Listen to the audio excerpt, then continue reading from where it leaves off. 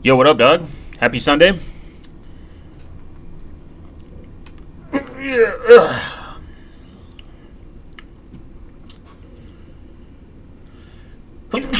Fuck.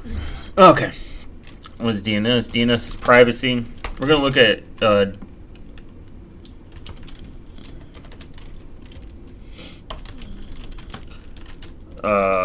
privacy OPSEC standpoint.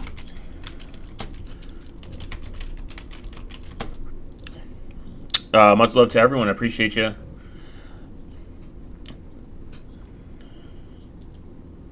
DNS is... Ooh, man, God, can I not care about OPSEC for a second? Oh, man, Lord. White. Until every site is just permanent dark mode, I'm completely cooked. Please let me add dark mode. I don't care if it hurts my security. I don't want this to hurt my eyes. Out here grinding, bro. Always grinding.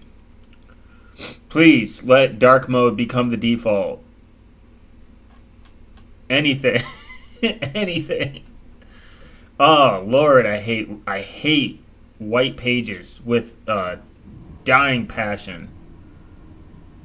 Is this okay? Force the dark mode, please. Tor, please, if you can add any feature, just force dark mode. My eyes can't handle it. Get blue light glasses. I have blue light glasses. Have you seen this warm possible compression mom stream aborted in your Tor logs? No, I have not. What are you talking about? I have 4K fucking super blue light filtering gay glasses that I got on the dark net.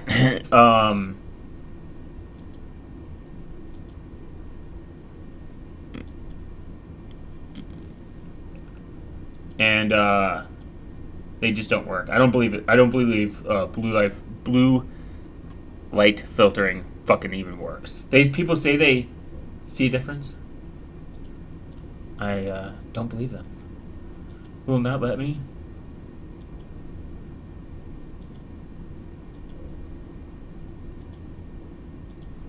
There we go. That's what I need to do. Yeah.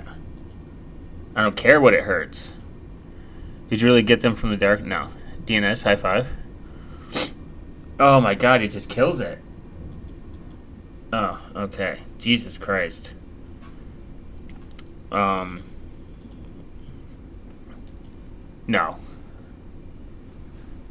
I've just seen blue light filtering glasses. I don't think they work. I stare at computer screens all day.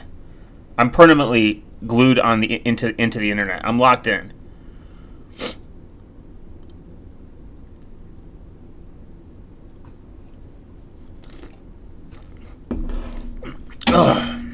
But I will say, weird logs showing up on Orbot the other day. If your DuckDuckGo's, it's there.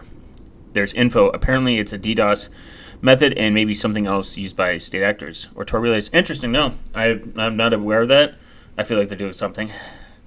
Look, if you feel like they're doing something, by all means, man.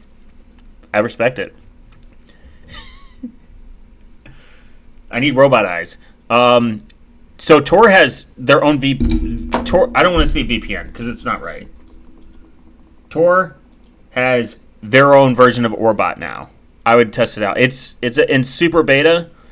I haven't used Orbot in a long time. I used what's it called? Ah, fuck, man. Invisib Pro, because it allowed me to do some funky stuff with I2P. I2P. So like if you're using what do you call it? The I2P mailing system to mail other people. It does not work on mobile under 5G, 4G, 3G, 2G, whatever. Don't know why. You have to connect to Wi-Fi, essentially, but it's probably the best I2P if you want to use it on mobile to like just kind of like test it. Sometimes I will email people via I2P, and just for really testing purposes and see how it works on the mobile, but you have to be connected to Wi-Fi. And I don't know why I never figured it out. Ugh. It was kind of funny. It was like a 45-minute headache I like just kind of like grinded through. I was like, what's the problem? And I connect to Wi-Fi, and I was like, that's the answer. Because it works now. But I am setting up a intranet box. I was trying to get like something similar to the Pirate Box. Maybe that will be in the future. But I'm keeping it basic. I'm doing a Portainer stack on a Raspberry Pi. By the way, not buying a Pi now because Jesus fucking Christ, $200 for the 16 gig model. I might as well. I know it's like low energy and it's small footprint, but I could buy for an extra $100. I can get a mini PC with like 5x the fucking performance. So, and they just said that they're going to increase. RAM prices are real, man. These RAM prices. I was thinking about upgrading my RAM. Like maybe a month ago, I was like, I should get more RAM just in case, for whatever reason, no reason. I was like, I kind of want to like beef up my system, maybe do an AMD GPU. My problem is I don't like, even if I want something, unless something burns to the ground, I won't get it. Like my laptop, I made a bunch of jokes. I was like, oh, once it's gone, I'll get a new one, and it still took me like 2 months to fucking do something about it because I was like, God, I don't want to spend money, especially on things. But I digress. So we're gonna dive into DNS. DNS from an OPSEC point. What is DNS? How DNS works. I learned a lot about DNS today, just watching a video, setting up your own local DNS. This is something that a lot of people like to bring up, that they will run their own DNS server because. What up, Billy? It's been a while. Hope you're doing good. A lot of people run their own DNS server for privacy reasons. And actually listening to someone who, I don't know, explained it a lot better. Running your own DNS server because of where your DNS has to reach to like these websites, it kind of doesn't really exist. Nothing really, just me ranting. We're going to talk about DNS today. Running your own DNS server has more of a speed impact, and if you do large caching, like if you cache everything, essentially you'll essentially speed up a lot of stuff locally, and then like there's benefits to it.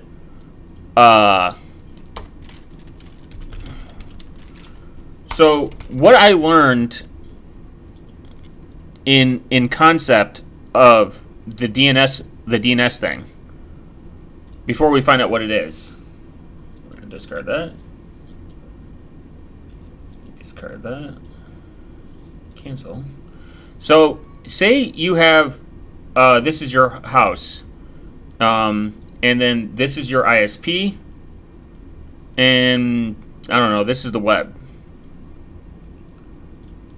All your traffic is going to first go through, why do I always pick the squiggly one?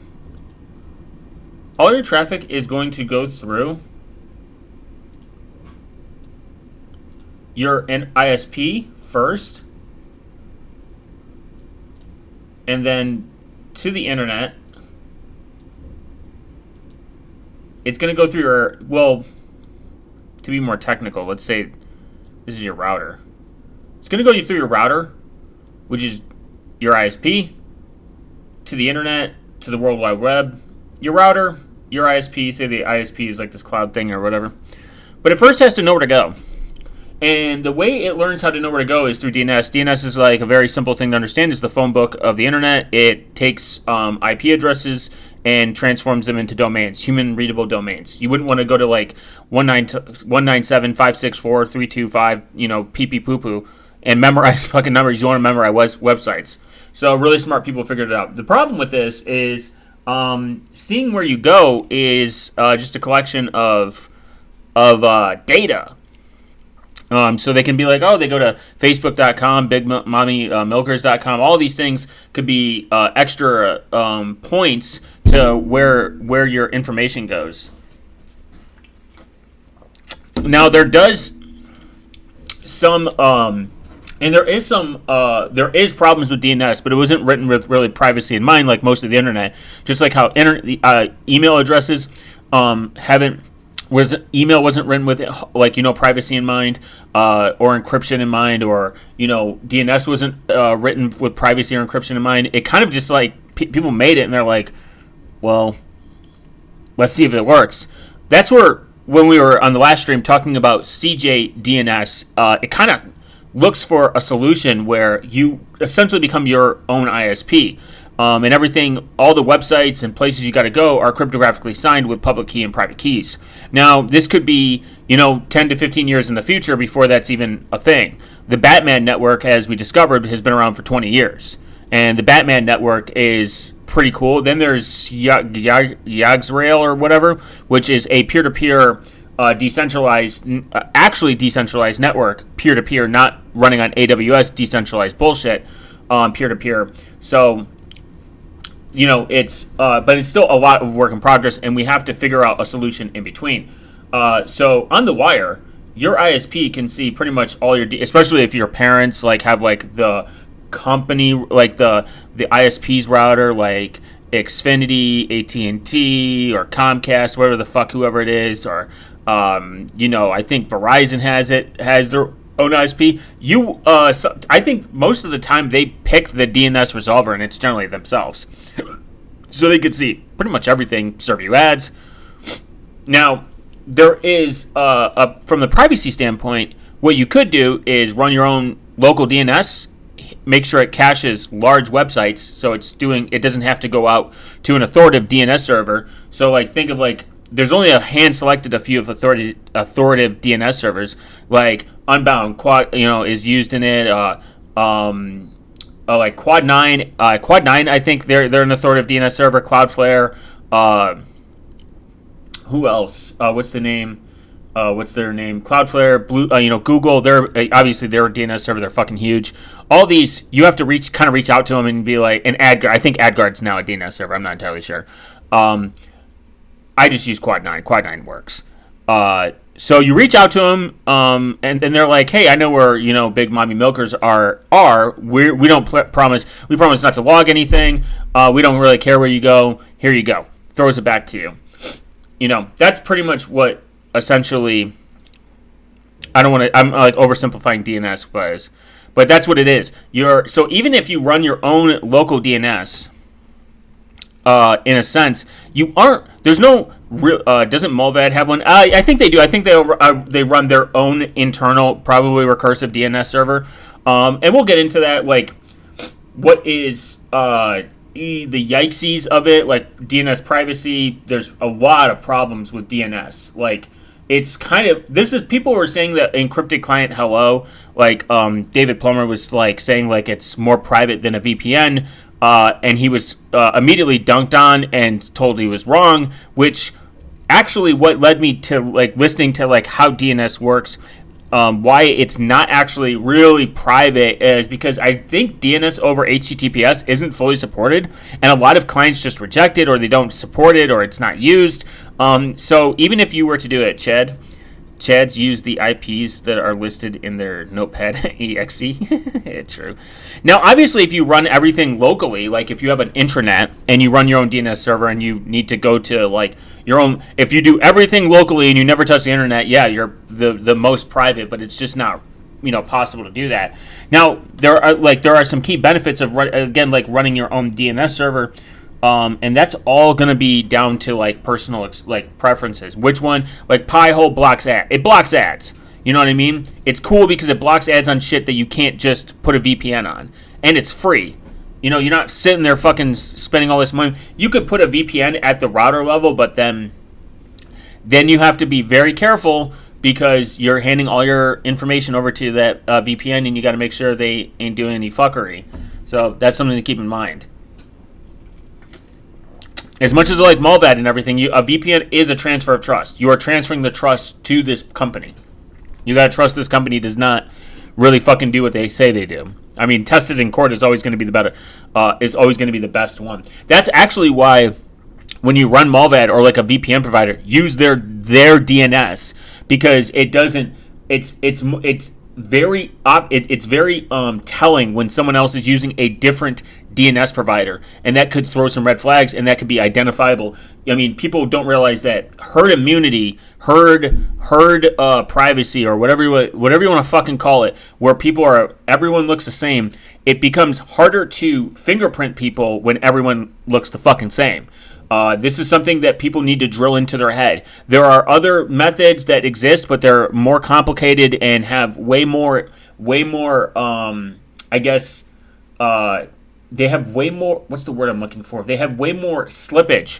They have less slippage. They have way more oopsie daisies that can happen in the system, where if everyone just looks the same and acts the same, like I'm violating Tor right now by doing dark mode. Dark mode is an identifier. It's going to make my screen resolution look different. It's going to fingerprint me easier because dark mode has a less percentage of users. If 49% of the internet uses dark mode and 50% of the usernet, like, you know what I mean? Like, if I'm the 1%, I'm very identifiable. If I'm 1% of the users that use dark mode on Tor, I'm going to have some form of de-anonymization with my setup, but I don't really care. I'm fucking living this YouTube. I just really use Tor not even for the privacy standpoint. I use it because it's just easy to just click out and then start fresh. I don't have to worry about cookies or like cleaning anything up. I kind of just click it and it just works. That's actually the benefit of Tor. The negative is that I get fucking hit with captchas like every 30 seconds. And Reddit for some reason doesn't fucking ban Tor use, but you have a VPN, they're like, blocked, bitch.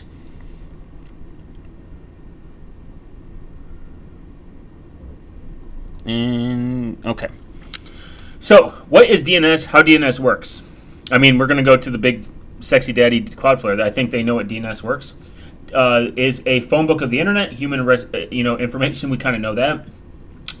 How does DNS work? The process of DNS revolution involves covering host names such as example.com to computer-friendly IP addresses. An IP address is given to each device on the internet. You know, we've been on IPv4 for like the fucking like the end of time. They say IPv6 is supposed to replace it, but still hasn't. It's like a street address. In order to understand the process behind DNS resolution, it's important to learn about the different hardware components of DNS query must pass between. For web browsers, DNS lookup occurs behind the scene. It requires no interaction from the user's computer part from the initial request. The 4 DNS services involved loading web pages. DNS recursor. The DNS recursor can be thought as of the librarian who is asked to go find a particular book somewhere in a library. The DNS recursor is a server designed to receive the queries from the client machine through the application, such as web browsers. Typically, the recursor that is responsible for making additional requests in order to satisfy the DNS query. The root name server. The root name server is the first step in the translating the resolving human-readable name into an IP address. It can be thought of as like the index in the library.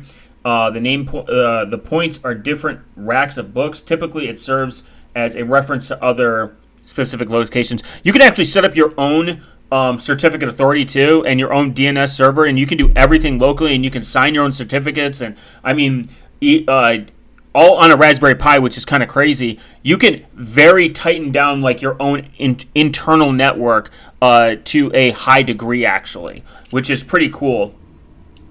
And then you have authoritative name servers. The final name servers can be thought as the dictionary on a rack of books, which specified names can translate into destinations. The authoritative name server is the last stop in the name server query. If the authoritative name server has access to the request recorded, it will return the IP address for the requested host back to the DNS recursor, the librarian that made the initial request. Even more to dig deep into like the encrypted DNS. From what I understand, also, it's not, again, a privacy feature. It's a security feature. It kind of says no one tampered with your DNS queries in between. Like your ISP didn't sign anything different, redirect you. It's, again, more of a security feature. So it prevents you from going to maybe malicious sites. And then there's something called I think like you have DNS hijacking. You have so many different fucking types of end component, like controlling DNS. If a DNS authority like Cloudflare or Quad9 got compromised and just started they could fuck the entire internet. I mean, if Cloudflare goes out, half the internet goes out anyway, so it doesn't really matter. There's actually an interesting thing called Superfish.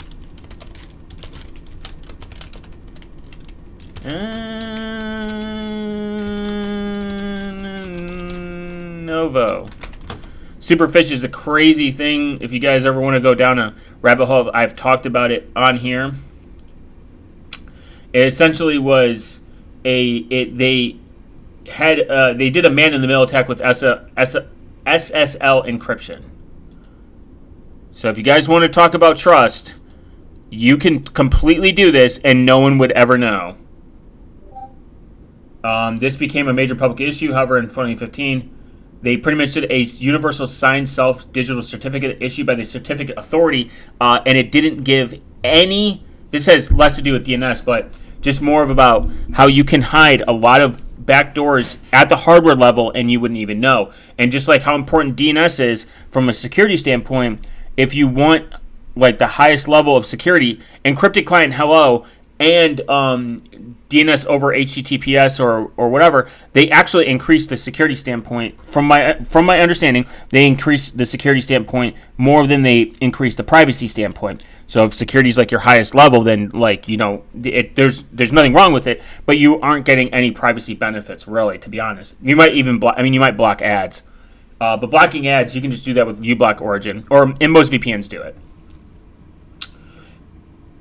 So let's go here. What is the difference between an authoritative DNS server and a recursive DNS resolver? Both concepts refer to servers, groups of servers that are integral to the DNS infrastructure, but each perform different roles and live in different locations inside the pipeline of a DNS query. One way to think about it is the difference is recursive resolver is at the beginning of the DNS and the authoritative name server is at the end. Like the authoritative, like I finalize this. I'm what's the meme? I'm the monster. Kind of thing. So like the recursive DNS resolver is the computer that's responding to a recursive request from the client. Takes time to track down the DNS record. So it's like I want to go to bigmilkers.com. DNS root server, grabs it. I think that's time to live. TLD. We'll learn what it is. Then TLD, and then Cloudflare.com authoritative name server. I think in order to, when you are a public DNS server, you have to be considered authoritative anyway, so it doesn't even matter.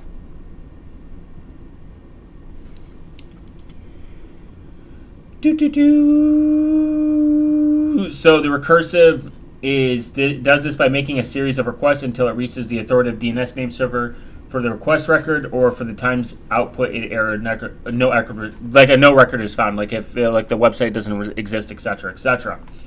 Luckily, the recursive DNS resolvers do not always need to make up multiple requests in order to track down the record.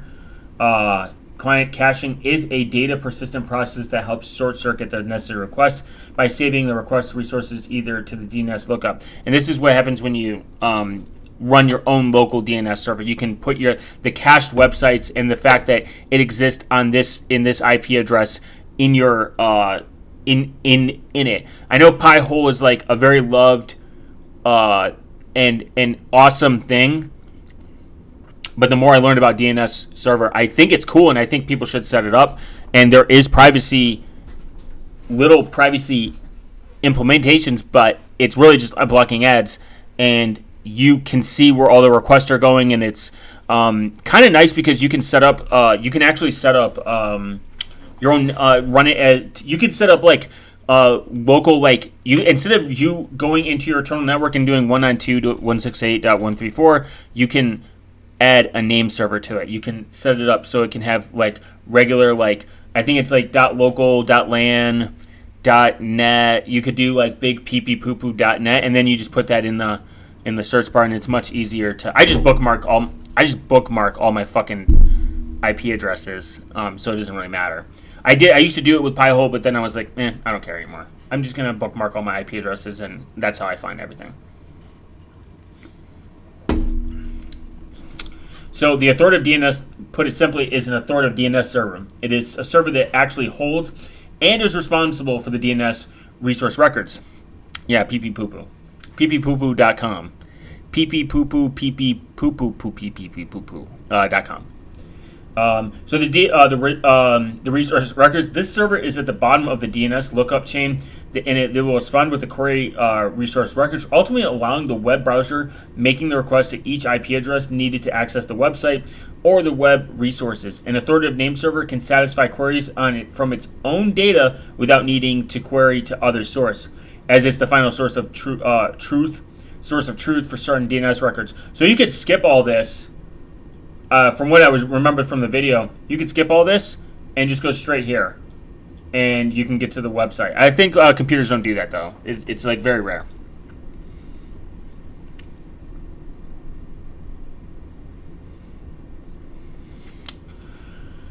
CNAME DNS records requests. It's worth mentioning the instance where query is for a subdomain such as foo.example.com and blog.cloudflare. An additional name server will be added to the sequence after the authoritative name server, which is responsible for storing subdomains CNAME records. Yeah, they know where bigmilkers.foo.cloudflare.com. The key difference is between many DNS services, the one that Cloudflare provides different DNS recursive resolvers such as Google DNS, OpenDNS, and providers like Comcast all maintain data centers installations of DNS recursive resolvers. These resolvers allow for quick and easy queries through optimized clusters of DNS-optimized computer systems, but they are fundamentally different than name servers hosted by Cloudflare. Cloudflare maintains infrastructure-level name servers that are integral to the functionality of the internet. One key example is that F-root server network, which Cloudflare is partially responsible for hosting. The F-root is one of the root-level DNS name servers infrastructure components responsible for the billions of internet requests per day. Our Anycast network puts us in a unique position to handle very large volumes of DNS traffic without service interruption. Bullshit. It goes down and half the internet fucking just collapse. Pee-pee poo-poo on them. I think they've had like 2 outages, like major outages already. I mean, in my personal opinion, I think we're too reliant on Cloudflare, like way too reliant. I think that we need to not. That's my personal take. I think it is not, like, someone even made a joke, they're like all the decentralized apps that went out at the same time as like Cloudflare, in like heavy quotes, was pretty haha funny.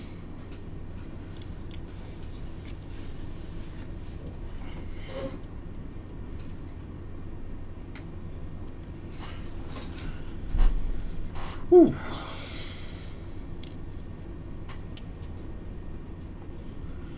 For most situations, DNS is concerned with the domain name being translated into the appropriate IP addresses. To learn how this process works, it helps to follow the path of a DNS lookup as it travels from web browser through the DNS lookup process and back again. Let's take a look at the steps. Note, other DNS lookup information will be cached either locally inside the querying computer or remotely in the DNS infrastructure. There are typically edge steps in a DNS lookup. When DNS information is cached, steps are skipped from the DNS lookup process, which makes it quicker.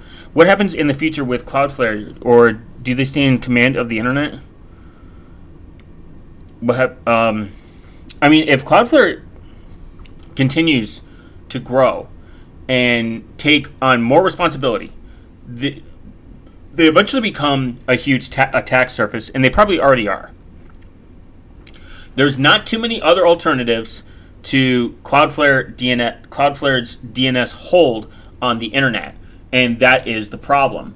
I mean, like I said, we have something called like CJ DNS. This is supposed to let you become essentially an encrypted IPv6 network using public key cryptography. You have to remember this is still like this. I mean, this has been going on for at least 5 years, 6 years. It's been going on. So it implements encrypted IPv6 network. We're using that for addresses allocating on a distributed hash table for routing. This provides a near zero configuration networking and prevents many other of the scalability issues that plague the existing networks. So you could essentially remove a lot of the third parties. CJ DNS is more reliable than internet for getting to my cheaper VPSs, you know. So I would like to set this up, and maybe I will in the future. Cloudflare is when you let people vibe. I think that actually one of the issues was an IPv6 problem. The thing is, Cloudflare has done a lot of good in some form. I think a slight part of them cares about privacy. They're just too huge. They're way too huge. I mean, they're like... I don't even think we have a decentralized option for DNS.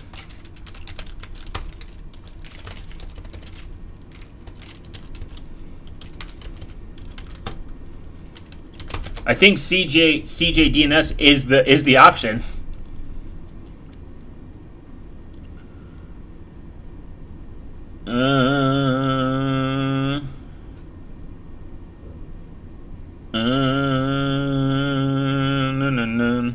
Because there's some no third-party registration.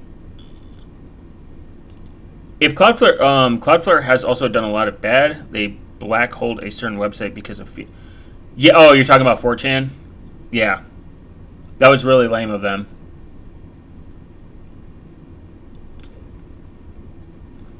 Or was it Kiwi Farms? Kiwi Farms are 4chan, if I remember.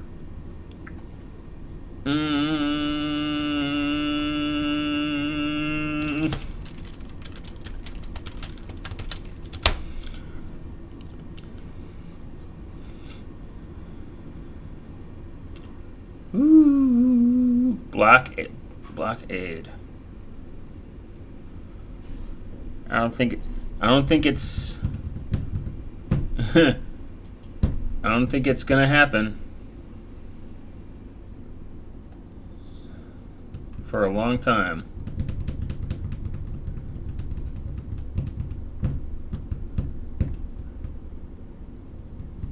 No, it's just them having. Like I said, I think anytime the farms, Kiwi Farms, Kiwi Farms is just funny. I think people. I mean, there's some bad shit on Kiwi Farms, but whatever. I don't know. People need to touch grass. It's just a website. I think most people just fucking cosplay on there anyways. They had allowed themselves to become politicized, which means they have no place running in the infrastructure. I mean, companies are gonna become every company is political. It doesn't matter. I hate to break people's brain and emotions, but all companies have political opinions. All companies violate people's rights. I'll give X for example. They're supposed to be a massive free speech platform. I called someone fucking retarded into KYS. Not even in a serious tone. And I got a 7-day ban. Nostr is, I hate to say it, because there's just too many Bitcoin fucking maxis on there. I just hate Bitcoin people sometimes. And I'm a Monero maxi. But like, I care about the tech. The Bitcoin maxis only care about the fucking centralization bullshit, and they only care about the fucking price. That's what I hate. That's why I fight on Bitcoin maxis, but that's besides the point. Nostr is like the last place that you could be 100% very sovereign. You can even run Nostr via Bluetooth and just ever expand via Android, ever expand the network without any centralized relays. You do not need a single relay to touch the internet. You could completely decentralize, and if these relays could work over LoRa, it would explode in terms of like reachability, or the Reculum network, whatever comes first, whatever has the most efficient network. I think Reculum network is more efficient and better. It has the problem is Meshtastic has just gotten a lot of dick sucking in the space, and I like Meshtastics, but it's got a lot of dick sucking in the community. It gets more love, unfortunately.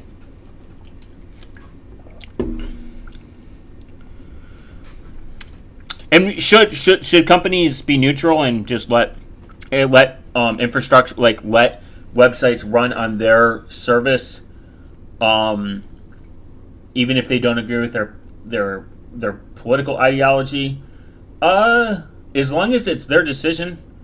I don't know. I have thoughts. I don't think companies should be forced to have people. Companies shouldn't be forced to have people on their platform, because then you're telling what a company to do. Like, I'm not entitled to be on YouTube's platform. Can you explain the internet over Bluetooth thing more in depth? Yeah, I can. So, by the way, Bluetooth, the Reculum Matrix chat, if I remember, I'll drop their link to it. I learned a ton of shit. There's way too many smart people in that fucking chat room. Oh my god, it's like crazy. But I digress. I mean, I have my opinions. I think companies have the right to not have people on their platform. You're not entitled to be on the internet. You're not entitled to like have a YouTube channel. It's not a requirement. As long as the government's not the one that's doing it, I don't really care. I think it's lame. I can think something is lame, but not have a problem with it. If that makes sense. Like, if I signed up for Rumble and Rumble decides to be like, we don't like you, we don't like your policy, we don't know how you look, sure, okay, take me off, kick me off, whatever.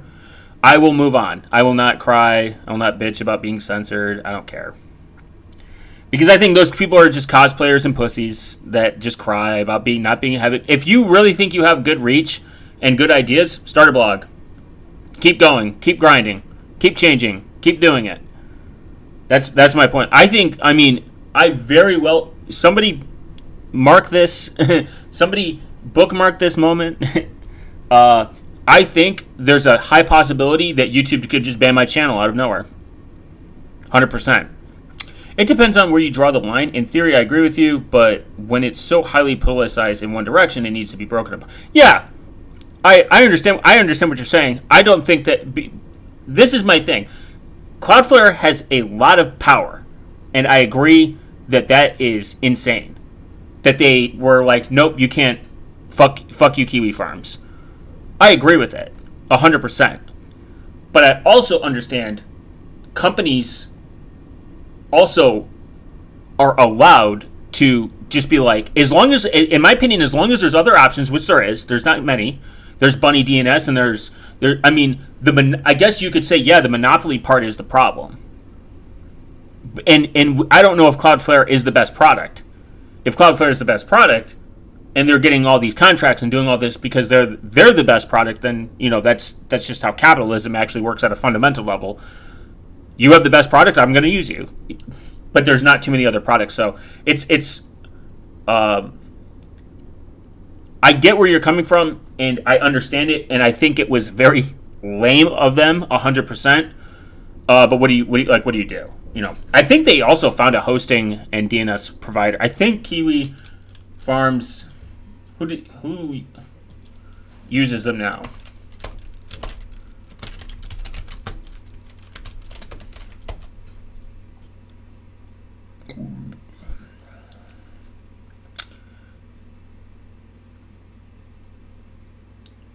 I think Bunny DNS.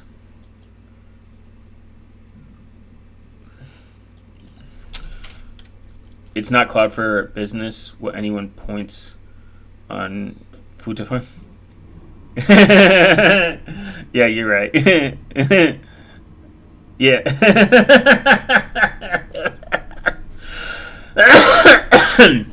It's not, but if they're using them, it's not their business. It kind of is their business because that's their business model.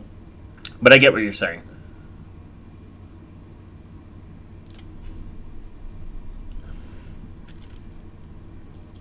But who changed them? He rolled his own DDoS. Oh. Okay.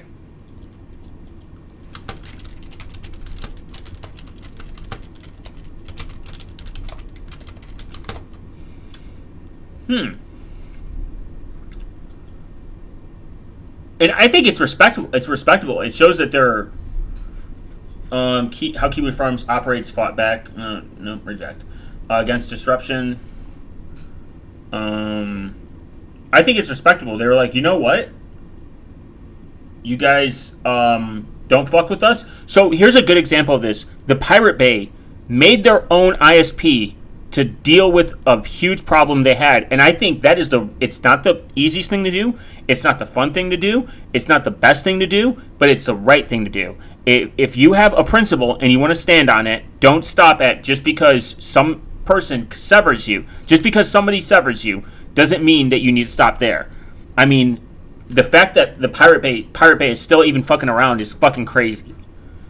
They made their own ISP. They made their own servers. And all they did was just have a problem with the system and had a solution. Even though they disagreed with each other on stuff, and if you go watch their interview, it's actually a very interesting interview with all of them. I've listened to like countless hours of the Pirate Bay. They're like a prime example of like we're not gonna fucking give up just because of X, Y, and Z.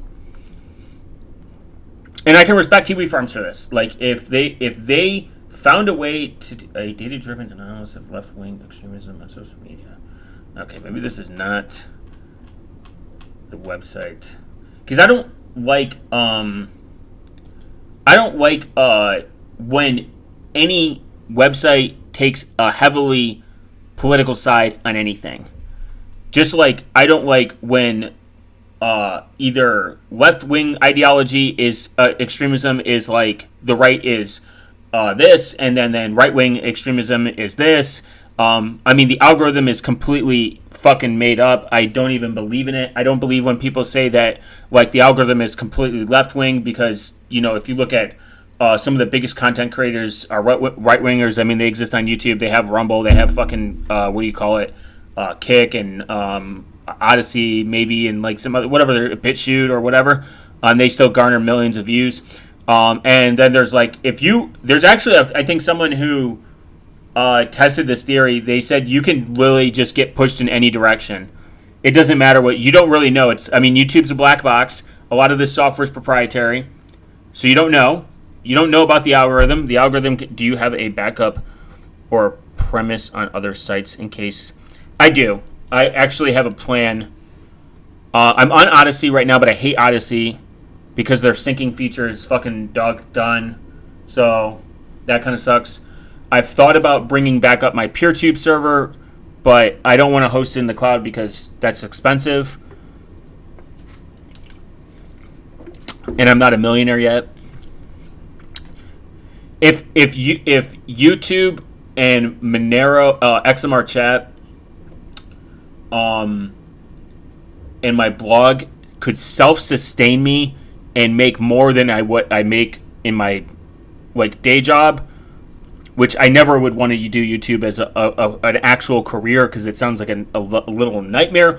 I would put more money into like maybe a cloud resource because PeerTube is very server intensive. Very, very, very, very not as server intensive as fucking Mastodon, surprisingly, but I would like to honestly just move all to PeerTube. I love PeerTube, but until YouTube, I guess, like, I don't think YouTube would ban me because I don't go schizophrenic. I mean, Mental Outlaw is pretty controversial with some of his takes on YouTube, but he still stays within probably the guidelines to avoid strikes. and some like other like content creators like Sam Bent. I mean, they cover. I think YouTube really just bans accounts that are like super fucking like crypto, like Bitcoin, maybe intent. I think it's random actually, but the thing is, YouTube doesn't really care at the core level. There have been disgusting prank channels that have been running for decades, and they still fucking run to this day. So as long as you make the company money and advertisers don't drop, you're still coming. You still going to wake up, and the money's going to be there, baby. You know. So it's a complicated issue, and there's no other good platform. Rumble, no offense, too political for me. Way too political, like way too gay, actually. I don't want to go into a site and just be blasted with politics. No offense to the people that like want that. If you want that, Rumble's your place because it's kind of gay. Kick is literally just gambling and e-thoughts, and that's fine. Love the e-thoughts. Gambling, not so much. And people could say like, "Oh, just search for what you want." But if it's the main page, no, thank you. BitChute, no, thank you. Been on there. That looks like the website looks like dog shit. And then I love PeerTube. But if I put all my stuff on PeerTube, people already are privacy conscious on there, so it's harder to garner people that aren't aware of this stuff. I need reach. And Odyssey, the fact that they rolled their own cryptocurrency again with another partnership when Library Token was dog shit, everyone said pick Monero. Why didn't you pick Monero? You should have picked Monero. Build it on Monero. Nope. They pick a dog shit cryptocurrency. Again, I don't care if it's it's federated and decentralized and gay. I don't want to download a wallet, some random fucking Web3 token wallet bullshit, and then have to convert it to Monero when nobody wants this garbage. Nobody wanted Library. Nobody wants this garbage. Odyssey, if you ever see this, nobody wanted Library. Nobody wants this garbage. Like, simple. Everyone has pretty much unanimously said this was the stupidest thing, besides maybe like people that are making tons of money on there and they're a bunch of goobers. We don't have a dark web in my country, so instead I watch the stream. That's good. I can't yet post. I mean, if you ever want to, this isn't like a shameless plug or anything, and you don't have to tip. But if you ever want to watch the stream, no YouTube, and I mean this, I don't care if people tip or not, from the bottom of my heart, you can watch my stream right from here. Does not matter. You can sit and just watch. I won't see that you're live. I won't really see any. You won't be able to comment. Do not care. It kind of like separates you in a sense. And maybe it's more private, and you don't have to have an account. I just like, before I got even thought about getting monetized, that's the route I was like, I'm just gonna do XMR chat because it allows people to watch stuff without. I don't know if they have a Tor site though, but that's cool. Kiwi Farms based actually. I like when people are resilient. But yes, I have a backup thing. We'll look at this really cool thing. You're wrong.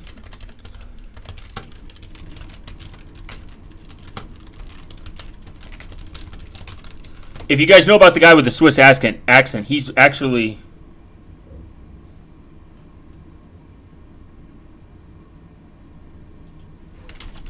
Never mind, I can't spell.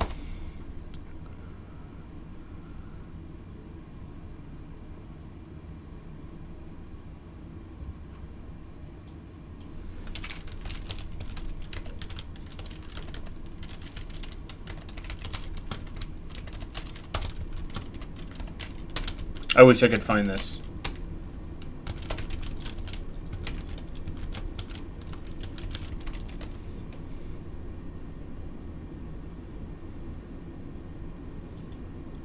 I think this was it.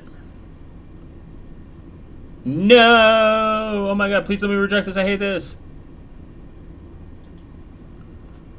Oh.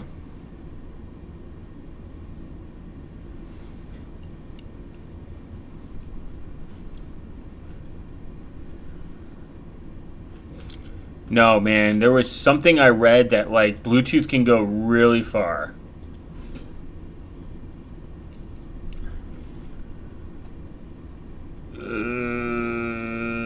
No, oh God, I hate cookies. I hate cookies. They're gay. They're gay. They're gay. They're gay. Oh. I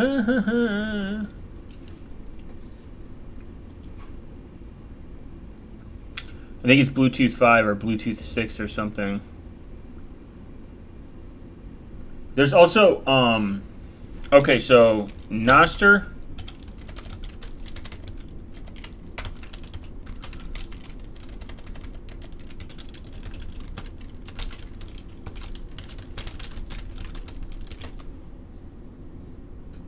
It's a cool app.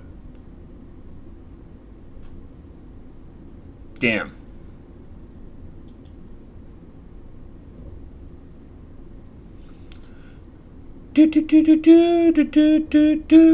So there is something called you can do Nostr over Bluetooth. This is the thing I use. It's updated within the last 4 months, so it's not like it's inactive. We'll go over that in a minute. It's pretty cool. And you can actually run your own Nostr. There's actually something called the Zap Store.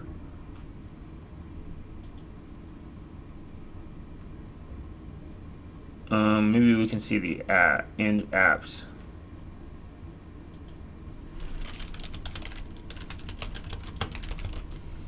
As well. It's very cool.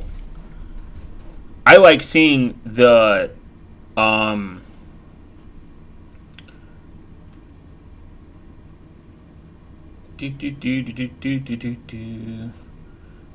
because you can do this actually with there's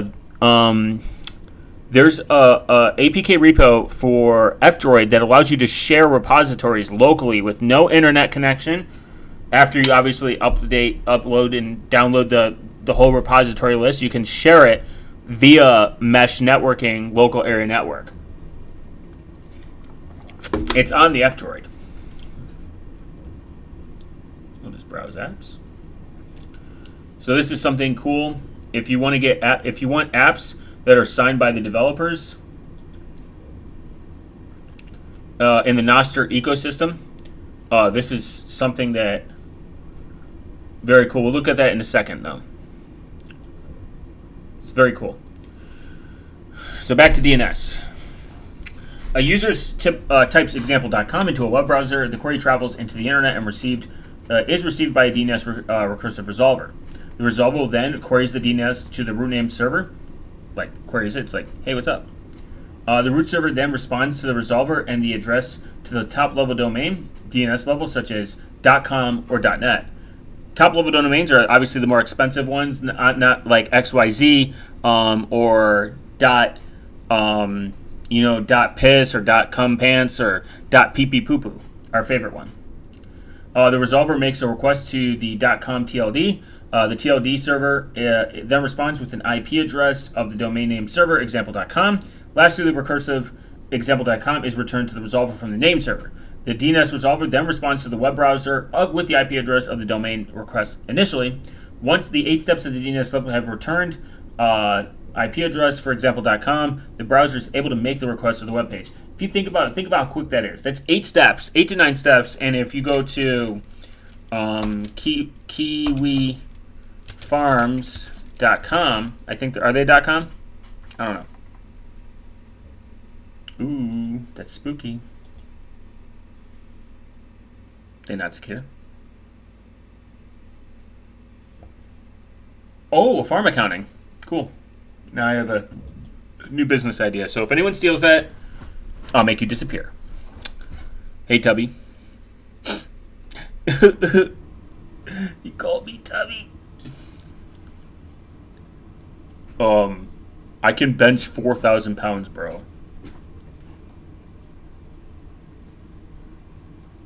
I can do 47 backflips in a row.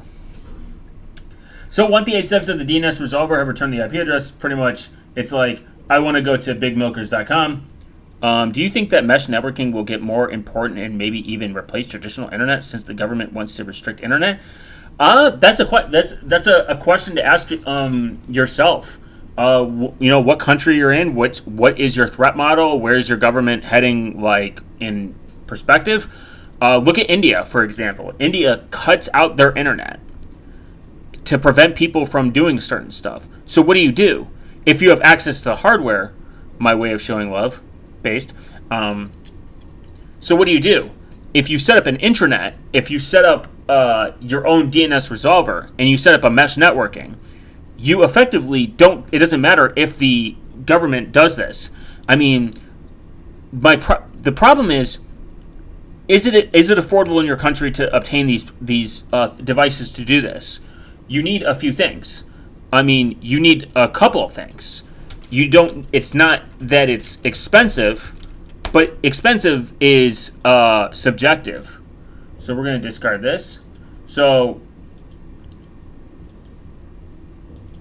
what the fuck? What was that? So say you wanted to do mesh networking. First off, you need at least 2 devices. Say you need 3. You need a way for all these to connect.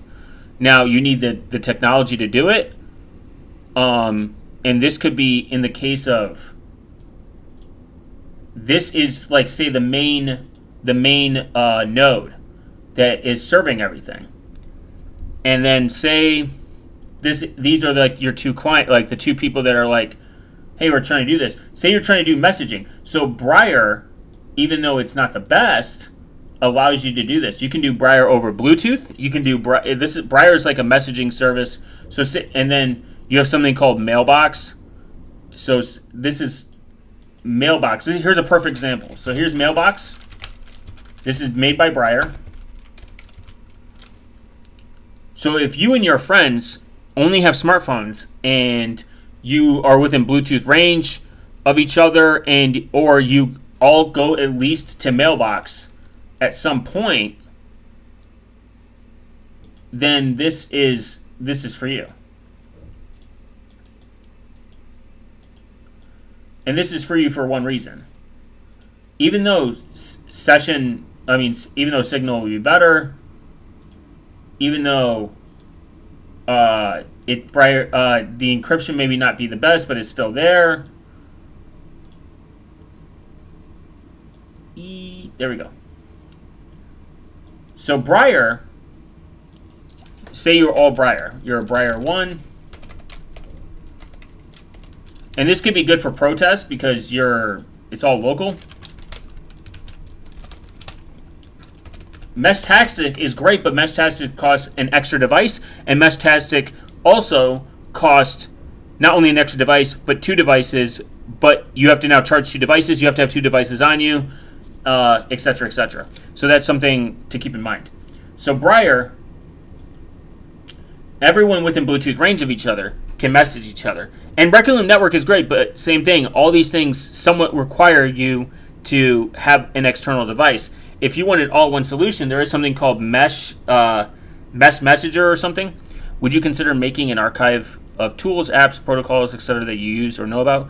Yeah, I'm going to make a GitHub repo for this, and I want to distribute it on Radical because Radical, it uses IP. It's built on IPFS, I believe, or TaloFS, because I don't want GitHub to get taken down and then go fucking full schizo mode. Maybe Git-T. I'm gonna put it on a couple of different repos, and hopefully I'm gonna do the Linus Torvald thing. People love it enough to fork it, share it, and repeat it. So I would like to, if you all remember the Anarchist Cookbook, I would like to make a repo of that, but of offline, local first, decentralized, peer-to-peer, mesh-to-mesh types of networks. I don't think that society will get that bad, but I can't predict the future. I don't like people that predict the future because we don't know where the future is going to go. Nobody knows where the internet's going to go. But if the internet goes down, I would rather there be an archive of it somewhere that somebody could cache, have on a flash drive, or something. Maybe I'll write it in Markdown and put it in a PDF file format that people could download too. so that it's at least hosted. It could be hosted somewhere permanently on the internet. In case even the internet goes out, there's a flash drive version of it. Because the problem is, again, I can't predict the future. The future might head in a positive, beautiful, sunshine and rainbow direction, which I hope so, but it's not always that case. So it's rather to be prepared and need it and not need it and have it than not need it and not have it at all, and then need it and not have it at all. You know what I mean? You know what I mean? You know what I'm saying? So Briar can do through this. I have a whole bunch of internet downloads. Cool. And if anyone downloads my videos, I'm not going to be hurt if they repost it. I don't think, again, YouTube would ever target my channel, but I could be wrong. It's something that I have in the back of my mind. That's why I would never rely on YouTube for income, because I think that would be a bad idea. Ad apocalypses can happen routinely between December, January, and February, I believe, is when ad revenue drops off anyways. YouTube is also in control of your money. They take 30%. So all the donations that I get, the super chats I get via live, YouTube takes automatically 30% of that. And then I have to go pay taxes on it, etc., etc. That's exactly what I was hoping. So if people like take my videos and upload them to like repo, I'm not going to be hurt because I want this information to spread as far as possible. YouTube is never again going to be my main form of income, because I think that's a very dangerous thing to do. There are people that are huge on YouTube that have gotten their channel fucking deleted. And then those are people that are in the millions, and they have like an agent. They have like a direct YouTube agent. You pay, of course, you have to pay taxes. Look, government employees have to pay taxes too, man. Come on. Yeah, of course. Like when the people give me the tax money, I have to pay the tax money. It's a double tax. Look it up. We need a comprehensive collection of decentralized tools. They're out there. They're on GitHub though, but like GitHub is problematic because some of those things don't get maintained for a long time. And I mean, we lost the pirate box. I'm trying to build a pirate box again because that was super awesome. So Briar does messaging, and you can even look at it. It uses Bluetooth. I don't use it too often, but I have. So it does local storage. Messages are stored securely on your device, no cloud. Peer-to-peer encrypted messaging forms, offline messaging, and open source. Mailbox is pretty cool. How it works.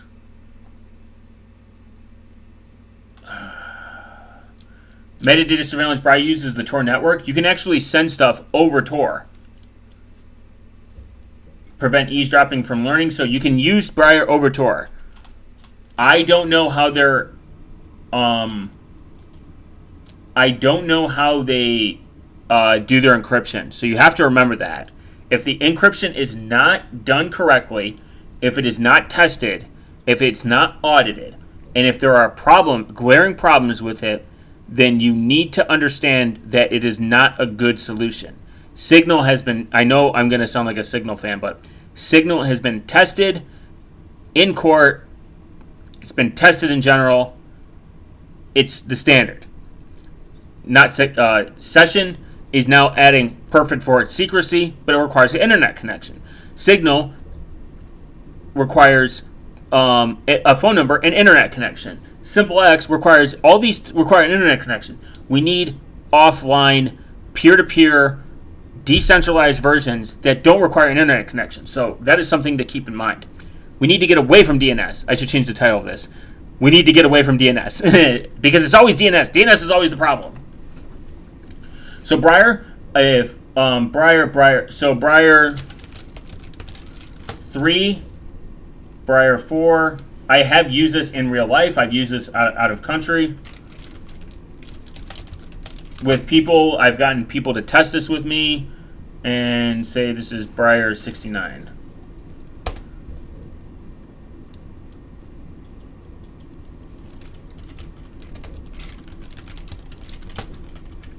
So Briar69, baby.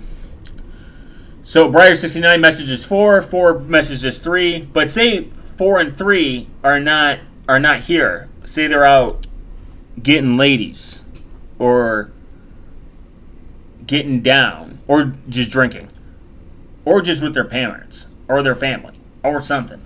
So, you have a spare device at home. Stay rechargeable. The mailbox helps you stay in touch with your contacts and synchronizes your message. You just keep this plugged in. How bad is Telegram now compared to Signal? Telegram's always been bad. The difference is you can live in America and get a private number, and I think that solves a lot of it. I think people are, but not everyone lives in America. Telegram doesn't encrypt anything by default. It's garbage. I would never use Telegram. I've never even contemplated using Telegram. Big organizations use it. Some free and open source software, people use it because they need reach. I use Matrix and XMPP. If you want to reach me, that's it. I'm considering, and I mean very little, considering opening up a session. And I'm on SimpleX. I'm considering opening up a session group channel for people as well. If they implement the perfect forward secrecy, I wish they would drop the fucking token shit. It's gay. Their session token's retarded. I understand people need to get paid, but just do Monero. Build it on Monero. I mean, it's simple. It's just it's default privacy. It's cheap. It's inexpensive. Why are you using this dog shit token? I don't get them. But I would never use Telegram. You couldn't even pay me. You couldn't pay me to use Telegram. I don't trust it. I don't trust the CEO. I don't trust the tech stack. The thing is, I could distrust the CEO, but if the tech stack is proven and good, I don't care then about the CEO. But I don't trust the CEO, and I don't trust the tech stack, if that makes sense. I trust neither. And you shouldn't trust. The thing is, like, my Matrix channel is unencrypted, so you shouldn't trust it anyways. You shouldn't trust anything you say in public forum. But at least have good security practices and enforce some form of encryption. I mean, let's be real. And plausible deniability is kind of big. Like, that's a huge thing. I have no idea why Monero isn't big. I have a few reasons. I have a few theories. I think Monero it has a liquidity problem because it gets delisted so often, and because it gets delisted so often, people have a quote-unquote harder time to find it, and that reduces volume. And when you have reduced volume, and people have a misunderstanding of tail emissions and the fact that Monero has an infinite, quote-unquote, infinite supply, but that's a different economic problem. Because it reduces the volume, it reduces people's, in society's economic policy. In today's economic policy, how we view economics, it reduces people's valuation of it. Didn't Telegram used to be encrypted? You can do encrypted, end-to-end encrypted rooms, but you have to enable it, and it's not good for group chats. So you kind of lost me there. You know what I mean? Element, I again have another Element separate server room that is encrypted. But I can't do bridging. You can't bridge with an encrypted room, and it makes sense. So I'm okay with that. That is for its own thing, and again, you shouldn't trust it anyways because it's still, in my opinion, in public view. Encrypted rooms still have some form of public scrutiny. They can be compromised. Someone can come in there and screenshot everything. You could take another phone and just record it. I mean, there's a lot of nuance to it, but you should always. The real problem is. You need perfect forward secrecy so no one can decrypt. So your messages are like secured going forward, and you need to make sure that no one can spy on the wire that you don't know of. As far as I know, no one's sitting in our encrypted Element server room just listening to every message that we put back and forth. But again, you shouldn't be using these types of communications for illegal or personal leaking type of information because you don't know who runs the server and you don't know what's being go look at a nom phone. That'll tell you. Everyone thought they were running encrypted chat rooms when they weren't. It was all being sent back to the feds. Oh, sorry, it was being sent back to Australia, and they were gifted to the feds. So stuff like that. So, but Monero's lack of liquidity because of lack of volume is the biggest and the delisting problem. And people are, again, in modern 2025, are allergic to learning and allergic to tech. So imagine having to open up Havno or RetroSwap and trusting you're sending someone $30, $40, $50, $500, and you're entrusting that they're going to send you the $30 to $40 to $50 to $500 worth of Monero over Havno, peer-to-peer. Now, they claim that they are completely, like, they have massive volume, people are trading. I've seen people complain that that's, it's hard to find. It's hard to find it. My general advice for people that want to obtain Monero, not only besides running your own node, just sell stuff for it. Go on XMR Bazaar. Just talk to your friends. Like, if you have a skill and your friends need something done, you could literally just tell them, like, hey, I'll do this for you. Just pay me in Monero. And then you make an agreement. Then you show them how to buy it. If you need to know how to buy it, I have a guide. It's not that hard. You use a swap. Like, use a swap Lightning or something really cheap to send, and do it. Yeah, you used to be able to swap Monero on Exodius wallet. Oh my god, yeah, don't even get me fucking started. What a shithole. Just use, I use FixFloat with Lightning. There's other good ones. There's Orange Friend. They'll find you. There's TradeOrg. They actually allow you to do it without any JavaScript. It's completely easy.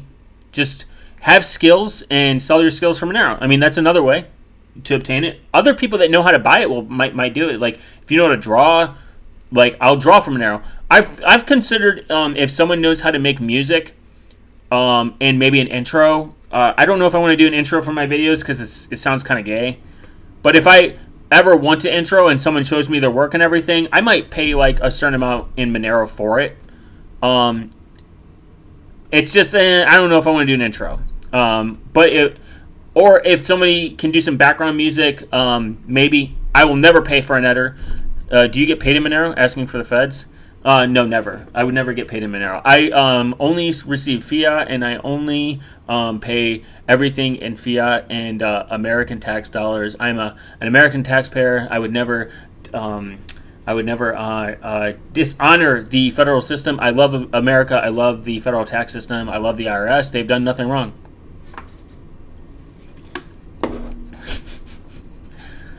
But Exodius delisting it doesn't surprise me. It's a fucking shit show.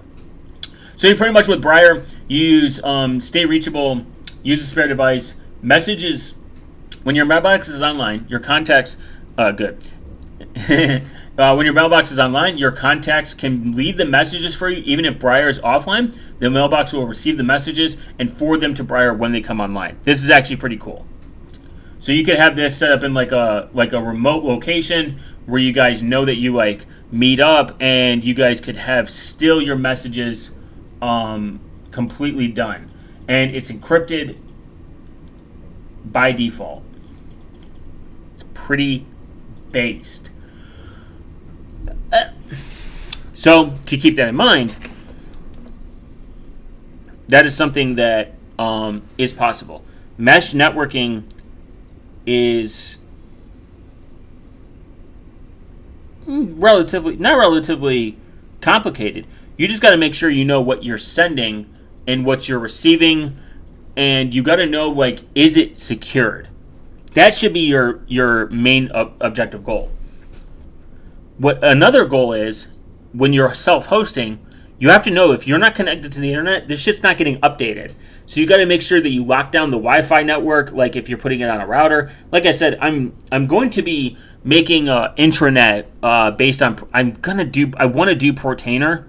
My only problem is I don't know how much RAM my Pi has, because this is kind of, I don't know if it's the 2 gig model or the motherfucking 4 gig model. 2 gigs is not enough. I will tell you that.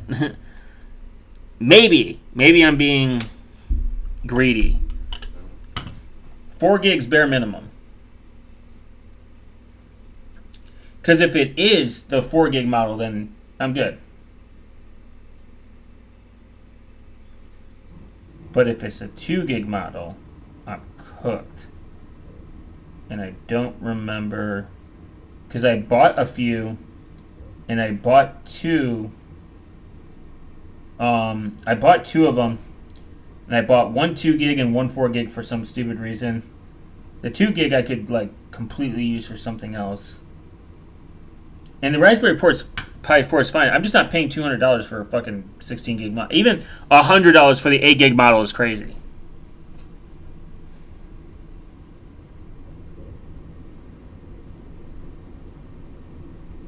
These prices for Pis are...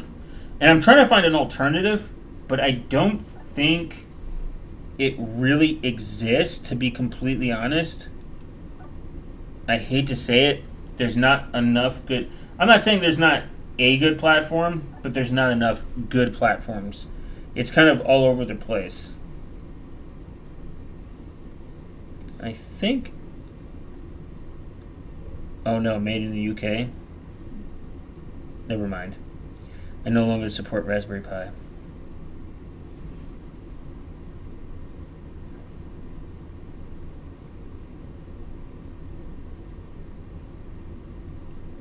I wish it would say the RAM amount somewhere without me having to plug it in. I think it's... you know, it might be... Whatever. My 2K for a 250 gig RAM now? You're kidding, right? Are you joking?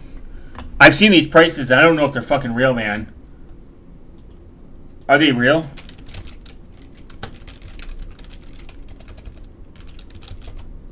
Oh, God. Oh, my God.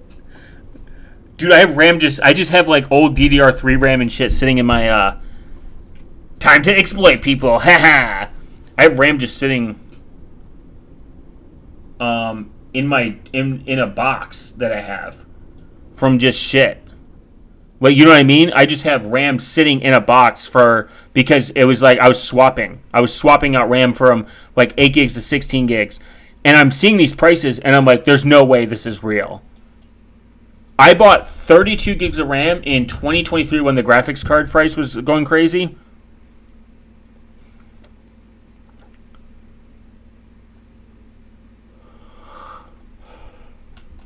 And my RAM, I paid like $112. I need DDR5. Yes, it's real. Do you need DDR5 or do you want DDR5? That's the real question. You $120 for fucking 2 gigs, 8 gigs, 16 gigs of RAM, $120? You gotta be smoking crack. I would not pay $120 for fucking 16 gigs of RAM. You gotta be kidding me. Oh my God, $200 for 16 gigs.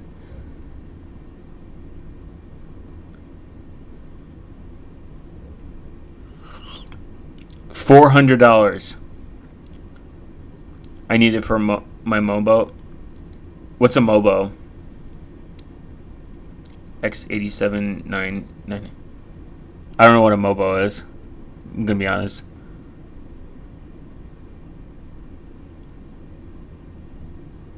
It's $800 now for 64 gigs of RAM. That's crazy. I would kill myself.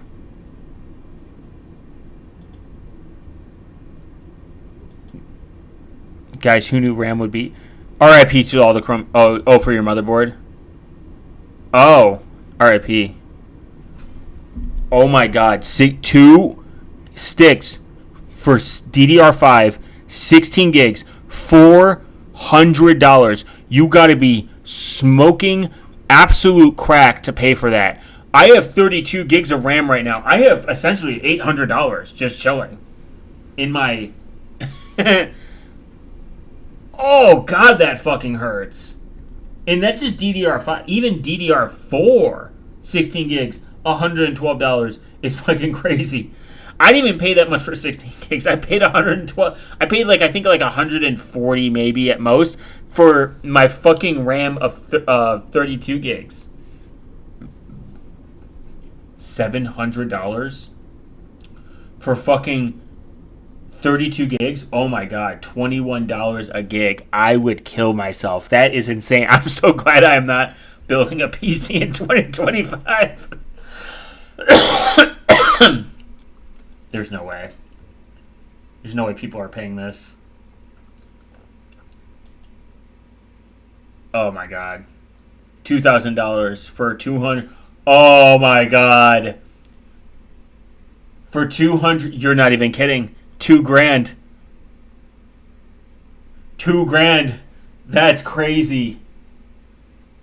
Oh god, I'm sick. AI needs to end. We need to kill AI. We need to kill all the fucking servers that are doing this.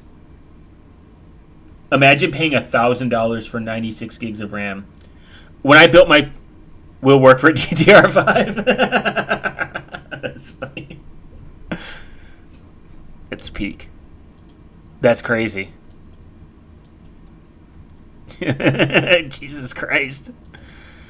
Oh man, that is embarrassing.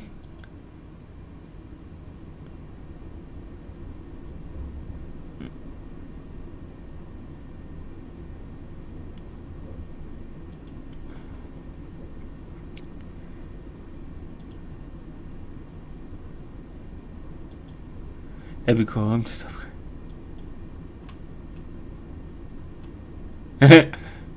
all the people that upgraded their phones. Smartphone manufacturers are considering bringing back micro SD card slots to help consumers in the wake of increasing DRAM prices. Just put all the people that upgraded their phone. No.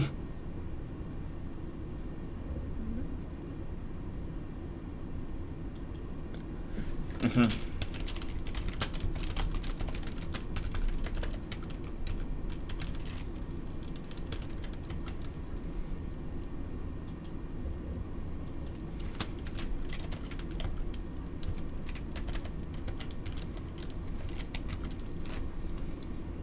Those prices are crazy. They'll go away. They'll go down. Everyone just needs to chill.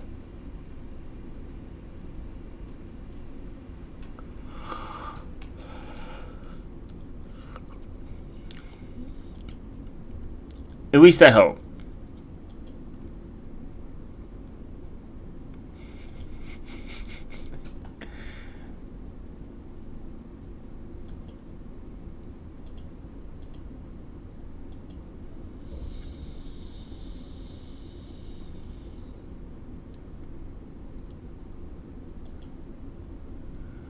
Whew, man, DDR5.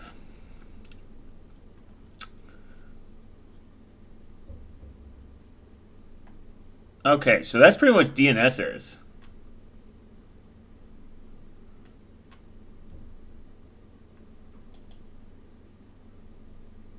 Wow, that hurts. Oh, that hurts as much as fucking light mode. Woo! That one hurt my eyes. Not gonna lie, I got my graphics card at price when everyone was paying like 50x for theirs, and I a month later it got worse. Like I could have sold my graphics card probably for like $2,000 or some dumb shit. I needed it, so I didn't really care. And I don't like being a leech. I don't like scalpers. I think scalpers are scum. People that are leeching. I have no problem with people buying stuff and reselling for profit. That's not the problem. It's like people that are just scalping Pokemon cards, scalping like fucking graphics cards, just ruining hobbies for people that love it, that actually love it. Those are the people I don't like. I think those people are just gross. They're just leechy. Like now Pokemon's pretty much unplayable now. People are just scalping cards. They're like, dudes will be like, guys, look, I make all this money. They're like just Labubu. They're like Labubu enjoyers, I guess. They're like the Labubu of cards. I guess like the No, the cards, Pokemon cards are the Labubu for dudes that live at home unemployed and they're like, I'm going to start selling Pokemon cards, guys. I just hate. I'm glad Magic the Gathering doesn't get like that. I don't think I've ever lived through a time. I know people bring up like certain Magic cards and they're like, these prices are insane. But they're like insane because they only printed a very few amount of them. And you just get lucky that it's a decent card and had a low print. Like everyone talks about Black Lotus. They're like, oh my god, they only made so many, and it's a very expensive card. But it doesn't. It's super rare that even happens. There's like I have gotten some Magic box sets where I've sold for break even to play for free, or like I've made some profit. But it's nothing like I pull a Charizard and I can buy a house now or some shit like that. Because some retard wants to give me like 50 grand for their fucking card. But it's crazy. Like I said, the hobbies aren't fun anymore for people. They're being ruined. They're being ruined by people that don't even enjoy the hobby. That's the worst. People that don't even enjoy the hobby fucking are ruining the hobby. Just like these DDR fucking price gougers.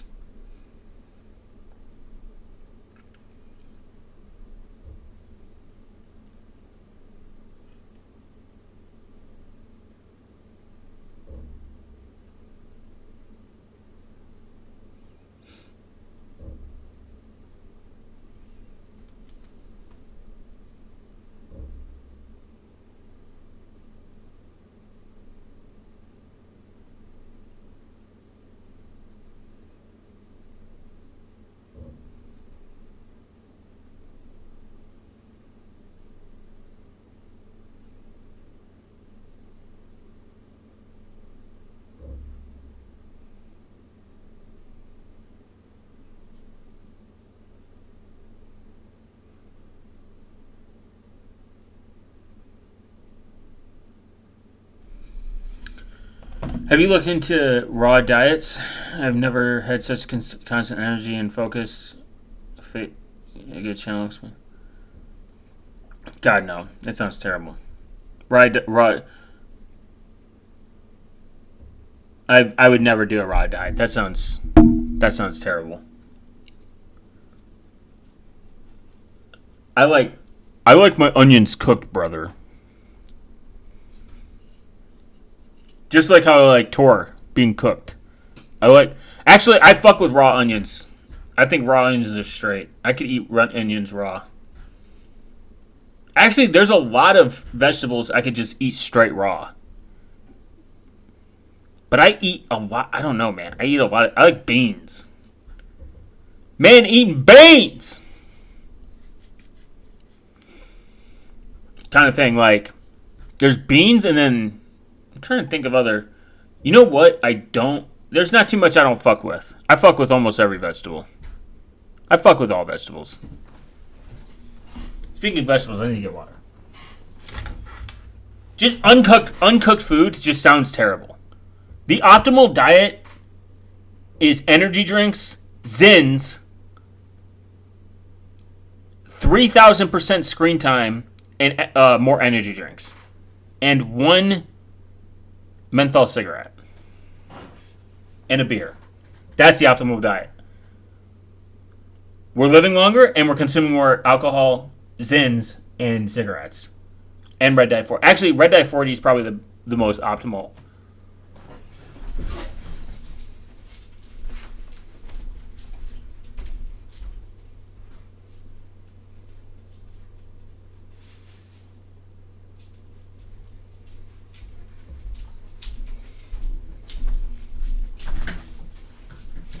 But on a less memey note, I eat pretty clean. I like clean food. I like nuts too. Big nuts. Massive ones. I actually don't trust people if they don't like nuts.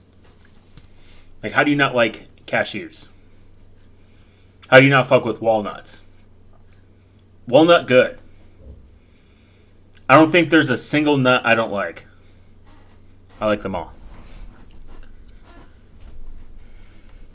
I don't really fuck with picky eaters, though. People that are like, ew. There's a very small, square amount of food that I will not eat. I don't fuck with. Smelly nuts? That's a good question. I don't even know what nuts really smell. I don't even. I can't say. I don't even know what nuts smell like. I wish I had a voice changer. Is there a plug-in for OBS for voice changing? I don't even know what nuts smell like. I wish I could do like a deep voice meme moment.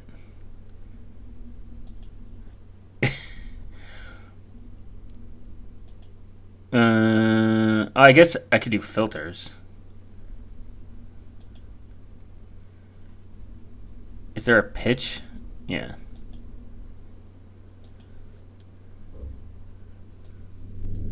I would never be able to hear this.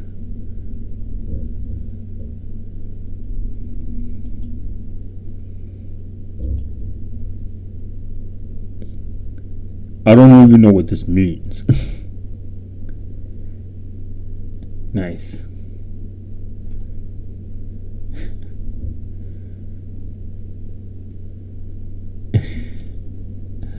Oh, man. Where is this? I don't even know what this means. Oh, I can't. Yeah, it doesn't sound like. It doesn't sound deeper. That filter did nothing. Thank you, OBS. What if I do that?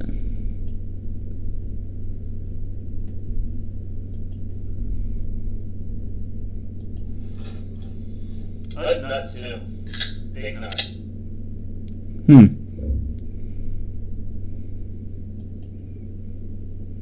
Well, if you don't like nuts. Like, how do you not like cashews? Wow, the stream. By the way, the stream delay is pretty bad. Pretty gnarly.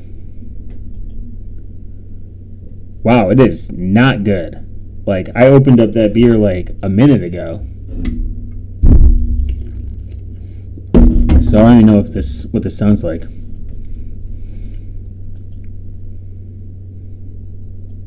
I don't fuck with smelly nuts.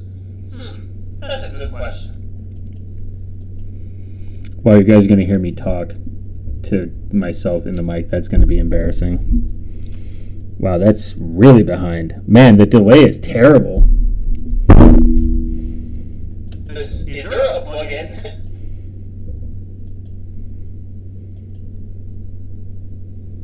Well, you guys are gonna hear me talk to myself in the mic. That's gonna be embarrassing.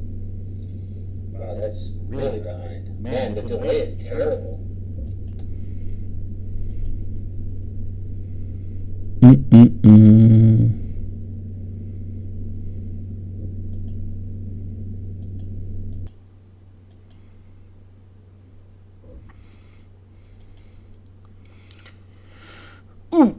Oof. Okay. Beyond smelly nuts. DNS queries. DNS privacy project. Something that is probably important and based.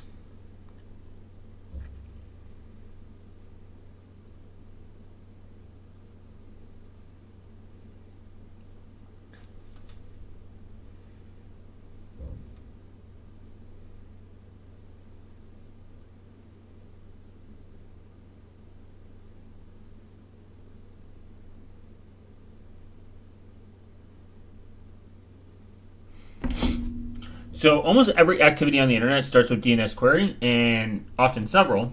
Key functions of the DNS is to map human readable names to IP addresses that computers need in order to connect to each other. These queries can reveal not only what websites an individual visits, but also metadata about other services such as the domain of the email contracts or chat services.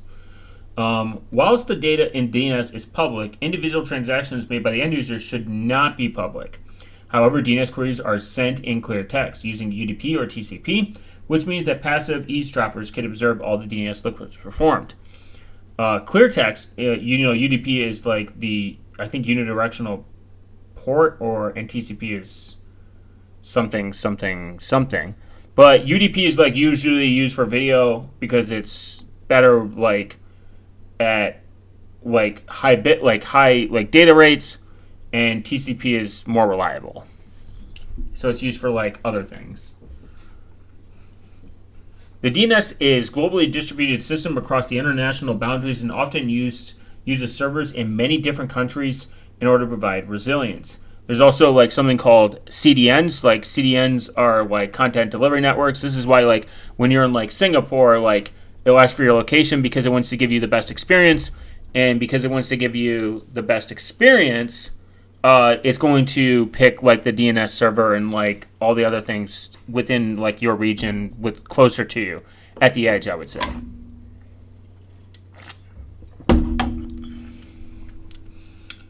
There's actually, speaking of that, something called RustFS and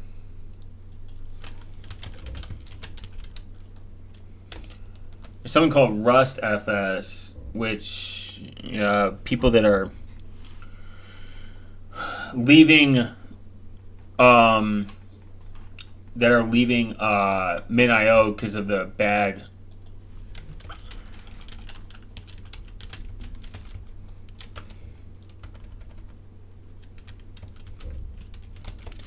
I would say if you know somebody, it was the first one. If you know somebody, and you have spare NASs sitting around,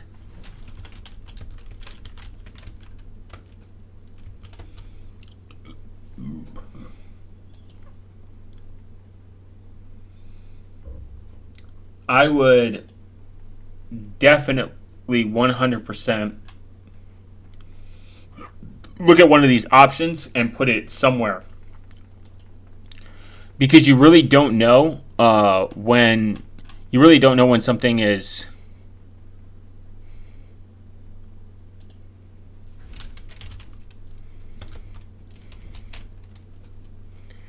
wow. Someone said they'll give me 32 gigs of oh man, I need a poll. Somebody says they'll give me 32 gigs of DDR5 RAM if I switch to Windows for 1 month. Oh, fuck, man. Where's a poll? Can I do a poll in here?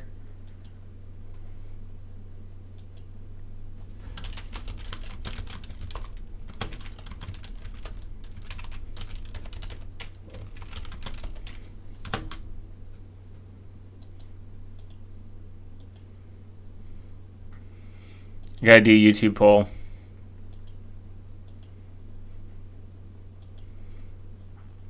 Is that worth it, chat? That'd be super funny. I haven't touched Windows. I haven't ran Windows in so long.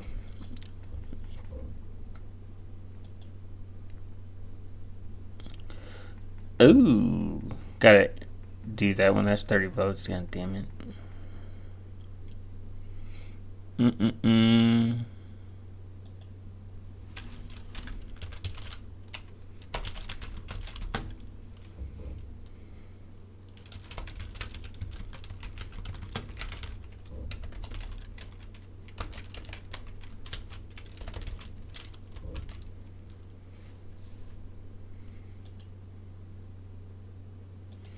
I can't let them know, though.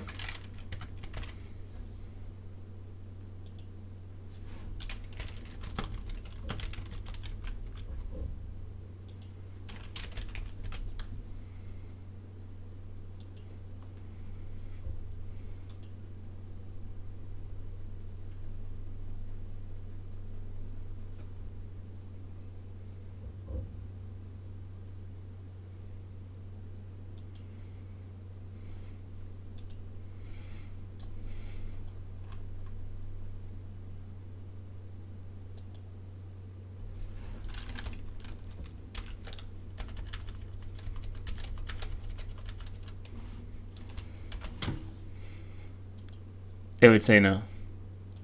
My audience is based. Okay. But definitely, back to the memes. Garage, an S3 object store. So if you know somebody, take a server, put it there. You can connect them. They don't have to be public. You can do you can do it through like API access points. It's pretty based. So we're gonna look at the problem of DNS. So everything is clear text. The DNS is a globally distributed system that crosses international boundaries and often uses services in many countries to order provide resilience. It is well known that the NSA used more cowbell and quantum DNS tools to perform covert monitoring, mass surveillance hijacking.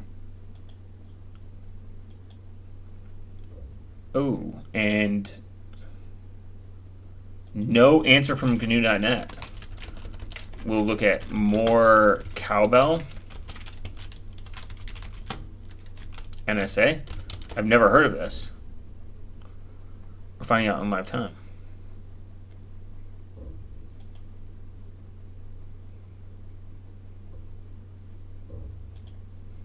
Wow, all the DNS providers are not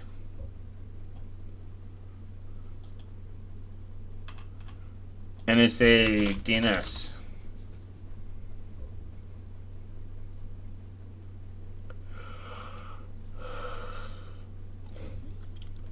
Oh my God, man! Is everyone the irony of this?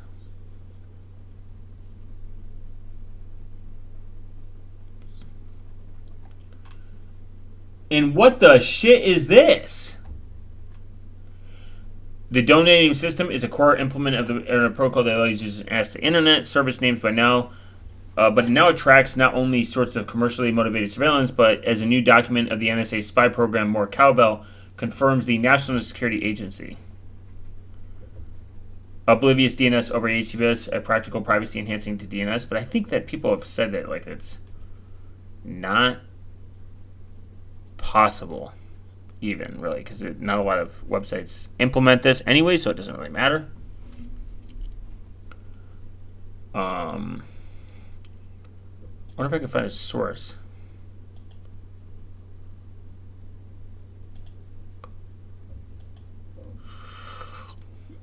BestReviews.net just sounds like a shit website. Yeah. It just sounds like a...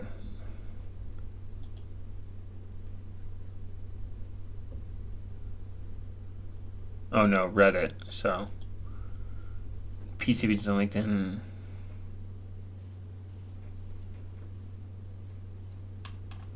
Huh. Maybe I need to do that.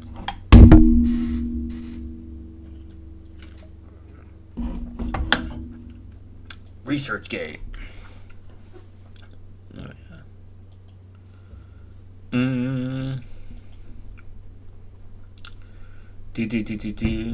I was researching the NSA's More Cowbell, a surveillance program for spying on DNS queries.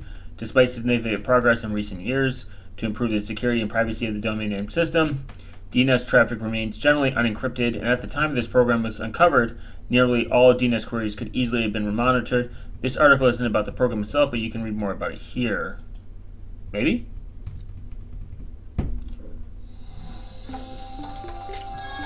A 52-minute video.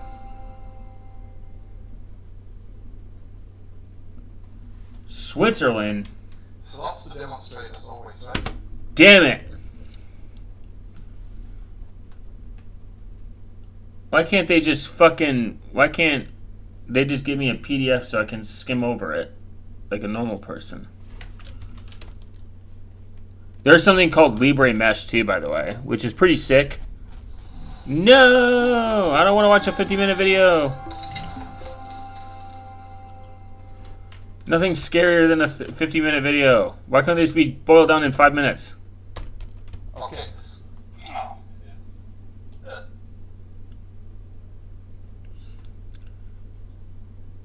Ooh. I'll have to look at this later. By the way, living like Richard Stallman's a nightmare. JavaScript doesn't work. Not everyone accepts cache, and some things are not easy. But TrinSquirrel Linux is actually pretty based. I kind of like it. It works.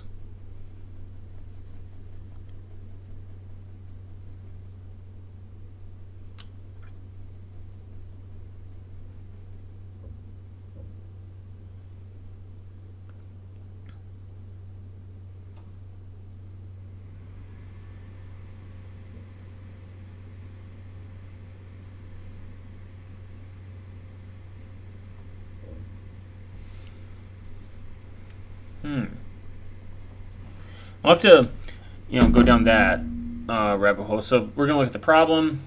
More Cobalt and Quantum DNS tools to perform covert mining, mass surveillance, and hijacking DNS traffic. Some ISPs log DNS queries at the resolve and share information with third parties in ways not known or oblivious to the end user. Some ISPs embed user information, e.g., user ID, MAC address, within the DNS query to go to the ISP's resolver in order to provide services such as parental filtering. This allows for fingerprinting individual users. Some CDNs embed their user information, client subnets, into queries from resolvers and authoritative servers to geolocate end users. This allows for correlations in queries particular subnets. Note that even when using a VPN, some VPNs will still leak your DNS queries. This was a problem on Android that Graphene OS solved. And still, I don't know if it's a problem on Apple, but Apple had a problem with this, and I think it's still a problem. Correct me if I'm wrong.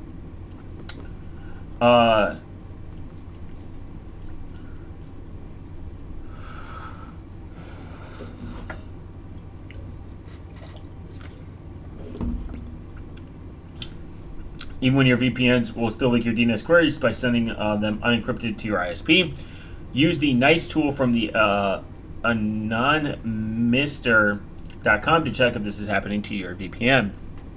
An overview of the problem is given through, in this tutorial, DNS privacy tutorial. For an expert review of this topic, recommend reading DNS privacy considerations.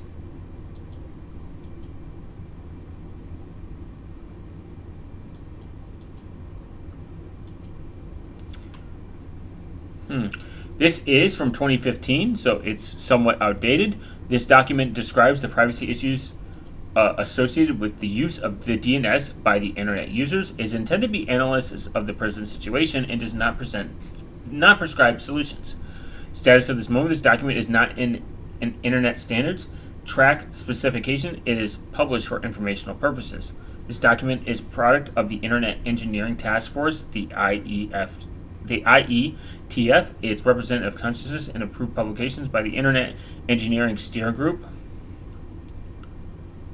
It looks like there's only 6 parts, so it's kind of interesting. This document is an analysis of the DNS privacy issues in the spirit of Section 8 of RFC 6973. The domain name system is specified, and many later RFCs, which have never been consolidated, it's one of the most important infrastructure components of the internet and often ignored or misunderstood by internet users, even by many professionals. Almost every activity on the internet starts up with a DNS query, often several. Its use has many privacy implementations, and this is an attempt to comprehensive and articulate a comprehensive and accurate list. Let us begin with a simplified reminder of how DNS works. See DNS terms. A client, the stub resolver, issues a DNS query to the server called the recursive resolver, also called caching resolver or full resolver or recursive name server. Let us use the query, what are the AAA records for www.bigballs.com. As an example, quad A is the Q type, query type, and the example.com is the Q name, query name. The description that follows assumes the cold cache, for instance, because the server just started. The recursive resolves will first query the root name servers. In most cases, the root name service will send a referral. In this example, the referral will be to the .com name service, and the resolver repeats the query one of the .com name service is the .com name service in. So essentially, you will get something. It will make a request, and it will be commended. That is informal DNS privacy.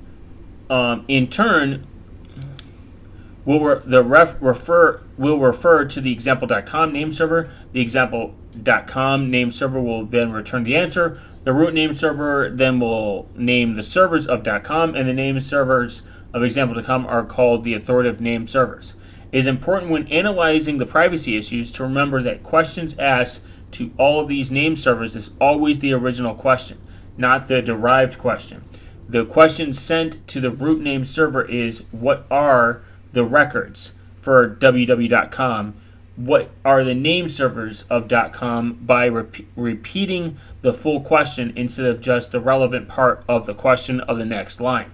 The DNS provides more information than necessary to the name servers. So I think they're getting to the conclusion that they broadcast to these name servers more information than what they need. And because they do that, this thus leaks more identifiable information to XYZ.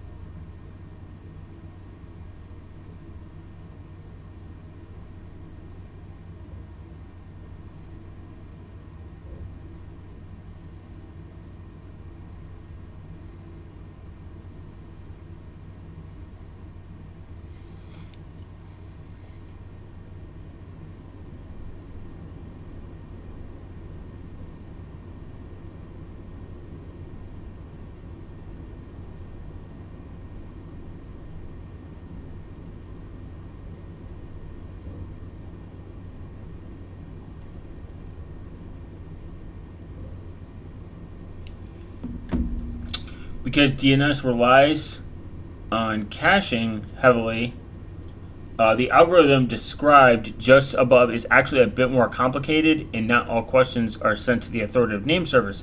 And a few seconds later, the stub resolver asks the recursive resolver, what are the SRV records of the XMPP server, tcpexample.com. The recursive resolver will remember that it knows the name of the service of example.com. It will just query them, bypassing the root and .com. Because there is typically no caching in the stub resolver, the recursive resolver, unlike the authoritative service, sees all the DNS traffic. Applications like web browsers may have some form of caching that does not follow DNS rules, for instance, because it may ignore the time to live, the TTL, so that the recursive resolver does not see all the name resolution activity.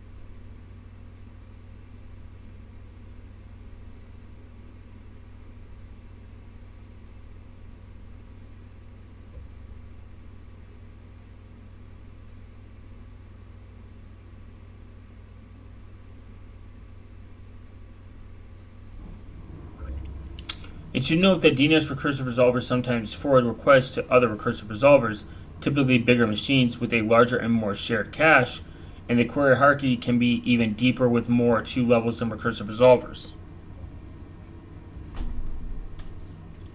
From the point of view privacy, these forwarders are like resolvers, except that they do not see all the requests being made due to caching in the first resolver.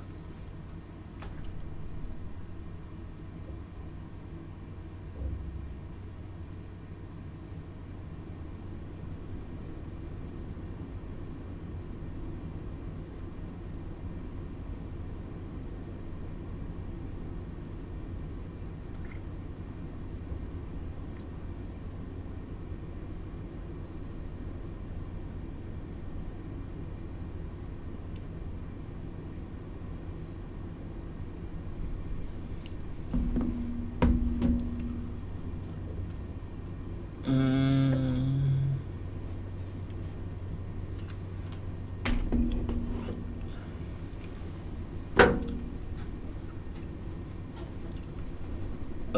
Because DNS caching is heavily because DNS relies on caching heavily, the algorithm recursive resolves where the S of records.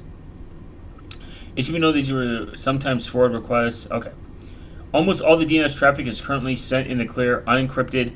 There are a few cases where there is some channel encryption, for instance, in IPsec VPN, at least between the sub-resolver and the resolver.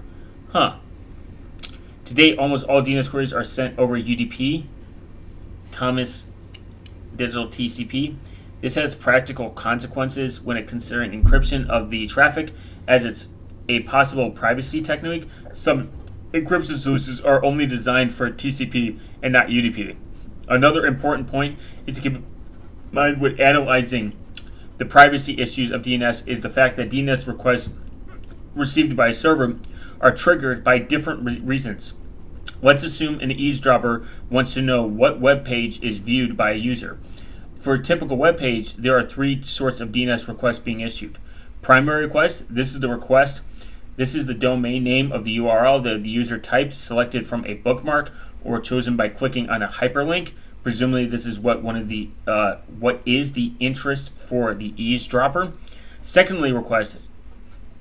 There are additional requests performed by the user agent. Here, the web browser, without any direct involvement or knowledge of the user for the web, they are triggered by embedded content, cascading style sheets, CSS, JavaScript, and embedded images, etc. In some cases, there can be dozens of domain names in different contexts on a single web page. And then I think there's also way they can embed videos on web pages that you don't even know are playing, sound in the background, pictures. They're invisible, embedded tracking ways to track people without you would never know. It's you would never know because it's playing invisibly on the web page, and unless you could, I don't even think you can inspect it. This is why we hate JavaScript, baby.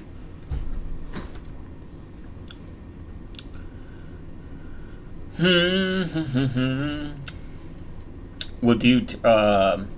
It can be also noted that in the case of typical web browsers, there's primary request. This is the domain in the URL.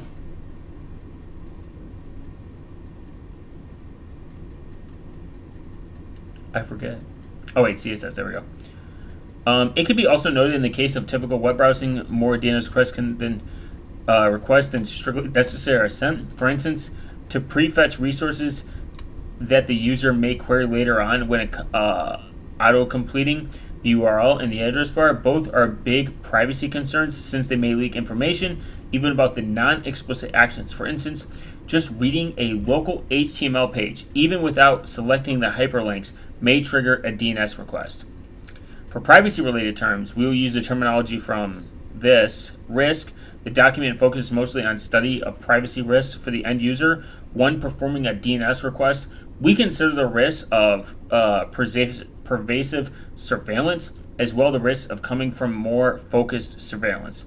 Privacy risks for the holder of a zone, the risk that someone gets the data, are discussed in RFC 5936 and RFC 5155. Non-privacy risks, such as cache poisoning, are out of scope. The alleged public nature of DNS data. It has long been claimed that the data in the DNS is public. While the sentence makes some sense for an internet-wide lookup system, there are multiple facets that the data and metadata involves that deserve a more detailed look. First, access control lists and private. That is something to think about. Some people do bring up metadata is the ultimate oil. It's not data itself, because data can be in itself encrypted, but a lot of metadata and very specific information about people. So if you're thinking about OPSEC from a scope, metadata leaks the most type of information. So let's say you are Let's say you are Asian. And now, like, I mean, it's kind of easy to understand. Let's go amount of people that are Asian.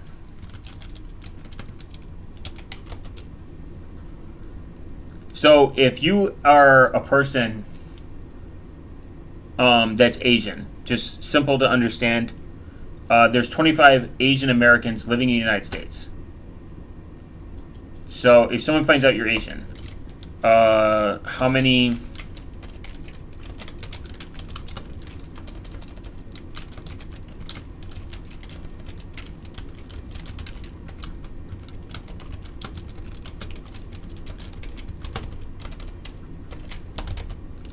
How many half Asians are there in the U.S.? So we went from 25 million to 1.8 million that are in Utah.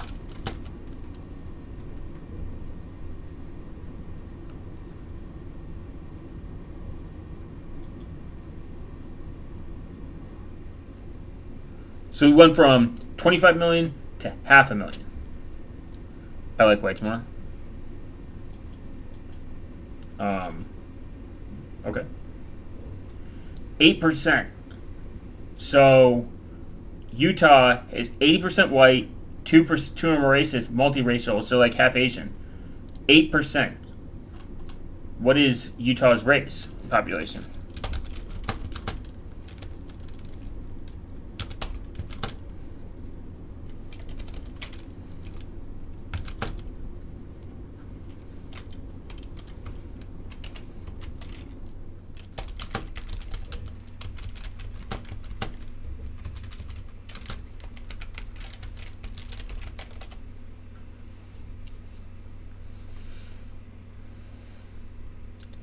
And this gets deeper. You has a population of 3 million, so 8% of that would be 200,000. So say 8% of that is half Asian, half white. You went from 25 million to 1.8 million to 200,000. And then say you have a degree, like in XYZ, in a certain gender, and you have a certain gender. And, like, if you're, like, what is Utah's male population?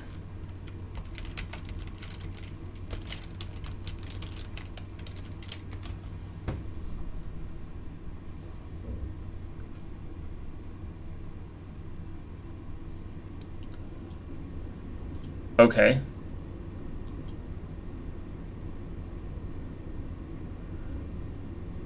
100 men for every 100 women. How many are, like,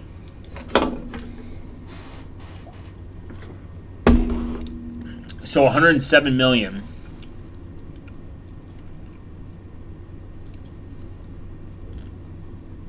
So you could even go down to this, like, this is where, like, a good use of AI is and why metadata is so important. Maybe doesn't like it. Not now.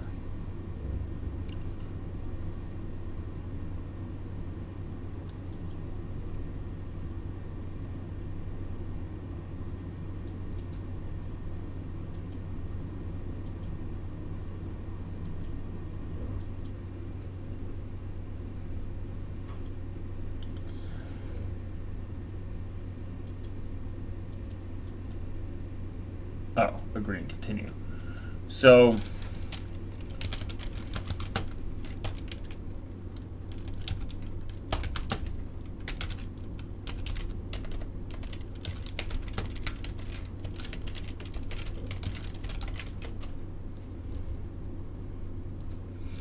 if you look at what is Utah's male population, 1.8 million.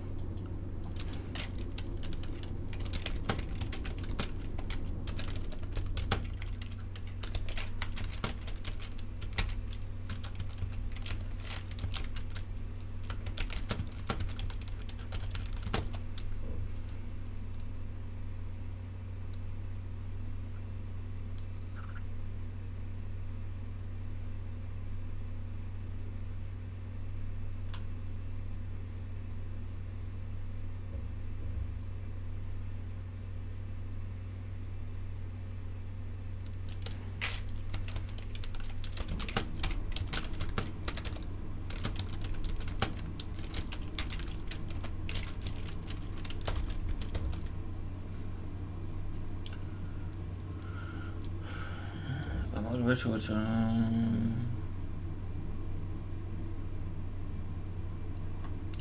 1.8.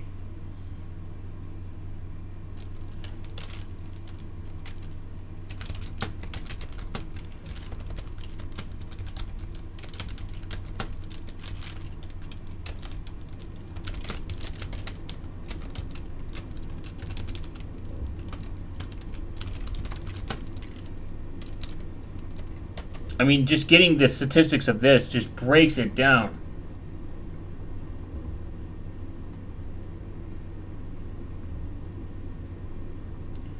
Eleven 11,000 people with at least a bachelor's degree. Just an estimate. That is astoundingly different from 1.8 million for 1.8 million all the way down to 46,000.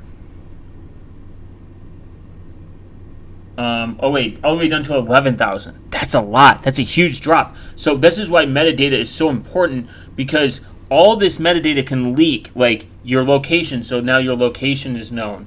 Your the habits of XYZ, your degree, just a small scope, and this could be collected again over time. So it's always to keep in mind. Ask how many living paycheck to paycheck. All of them. How many people are living paycheck to paycheck? Everyone. But the point is,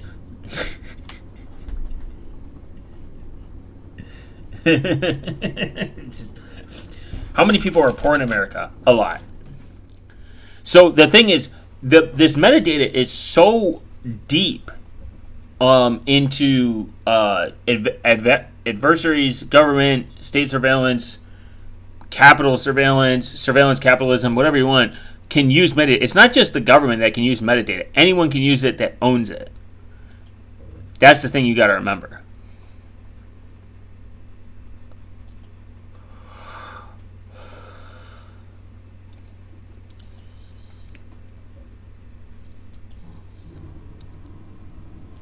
If you're giving all this information over,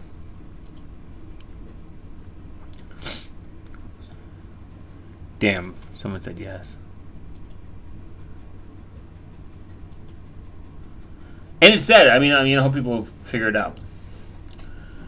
An overview of the problem was given as authorities, privacy authorities, and considerations. Okay. The alleged public nature of DNS. It has long been claimed that DNS is public, blah, blah, blah, blah. Okay.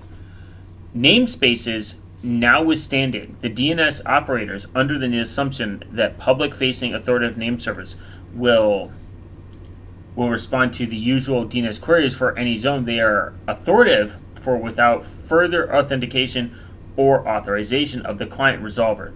Due to the lack of search capabilities, only a given queue name will reveal the resources records associated with the name, or the names of non-existence. In other words, one needs to know what to ask for in order to receive a response. The zone transferred queue type is often blocked or restricted to authenticate and authorize access to enforce this difference, and maybe for other reasons. Other differentiations can be considered is between the DNS data itself and the particular transaction, i.e. DNS name lookup. DNS data and the result of a DNS query are public within the boundaries described above and may not have any confidentiality requirements. However, the same is not true for single transactions or sequence of transactions. That transaction is not / should be public. A typical example from outside the DNS world is websites of Alcoholics Anonymous is public. The fact that you visit it should not be. Oh, wow. So guys, if you're going to AAA, is public. It is public. You shouldn't go to AAA.com. Just continue to be an alcoholic.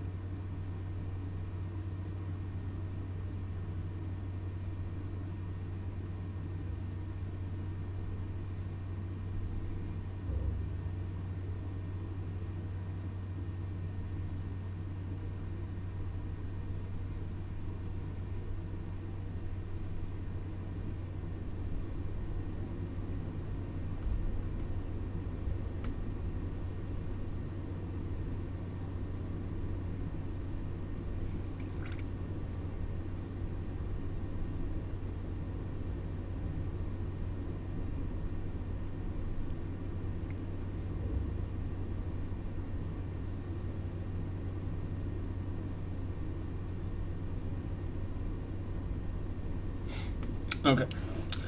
Data in the DNS request. Another difference is to be considered between the DNS data and the sub-lookup. Okay. The DNS requests include many fields, but two of them seem particularly relevant for the privacy issues: the queue name and the source IP address.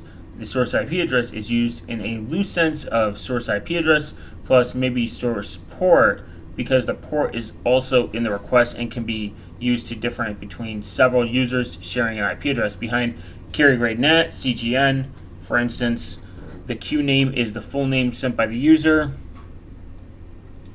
It gives information about what the user does. What are the MX records of example.net? Means probably he wants to send an email to someone. Send email. Wow, spicy. Which may be a domain used by only a few persons and is therefore very revealing about communication relationships. True, like email domains can be very specific, and because they're very specific, they could leak information and possibly be problematic. This is why owning your domain, your content, everything is nice, but you do have to hand over information to ICANN. You have to, there should be an anonymous, trusted, decentralized way to get a domain name system without really revealing any information. The queue name is the full name sent by the user. It gives information what about the user does, what the MX records, for example, personal. Some queue names are more sensitive than others. For instance, querying the A record of a well-known website web statistics domain reveals very little. Everybody visits the website, so the user's analytic surface. But querying A record of a very bad example is the domain of an organization that some people find offensive or objectively may create more problems for the user. Also, sometimes the key name embeds the software of one user's, which could be a privacy issue. For instance, LDAP TCP defaults first site name site GC MSDCS example.org. There are also some BitTorrent clients that query an SRV record for a BitTorrent tracker cdomain example. Another important thing to talk about privacy is the queue name is the future of usage. Today, the lack of privacy is an obstacle to putting potentially sensitive or personal identifiable data. Ooh, StreamHub World. What up? Is the future today is the lack of privacy in an obstacle putting potentially sensitive or personal identifiable data in the DNS?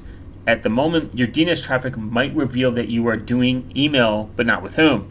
If your mail user agent, MUA, starts looking up pretty good privacy keys in the DNS, well, I didn't even think about that, then the privacy becomes a lot more important. An email is just an example. There would be a really interesting use for more private-friendly DNS. That is something to think about. If you have to look up the PGP key of someone on a name server, is that revealed? Gain open PGP key. Wow, there's even a tab for this.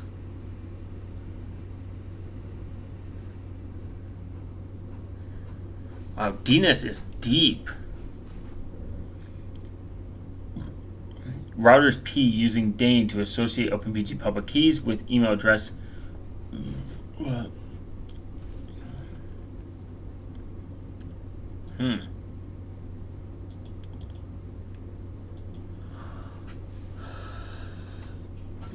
For the communication between the stub resolver and the recursive resolver, the source IP address is the address of the user's machine. Therefore, all the issues and the warnings about collection of IP addresses apply here. For the communication between the recursive resolver and the authoritative name servers, the source IP address has a different meaning. It does not have the same status as the source address in an HTTP connection. It is now the IP address of the recursive resolver that, in a way, hides the real user. However, hiding does not always work. Sometimes client subnet is used and see its privacy analyzed in DNS EDNS client subnet. Sometimes the end user has a personal recursive resolver on her machine. In both cases, the IP address is as sensitive as it is for HTTP site and Ultra.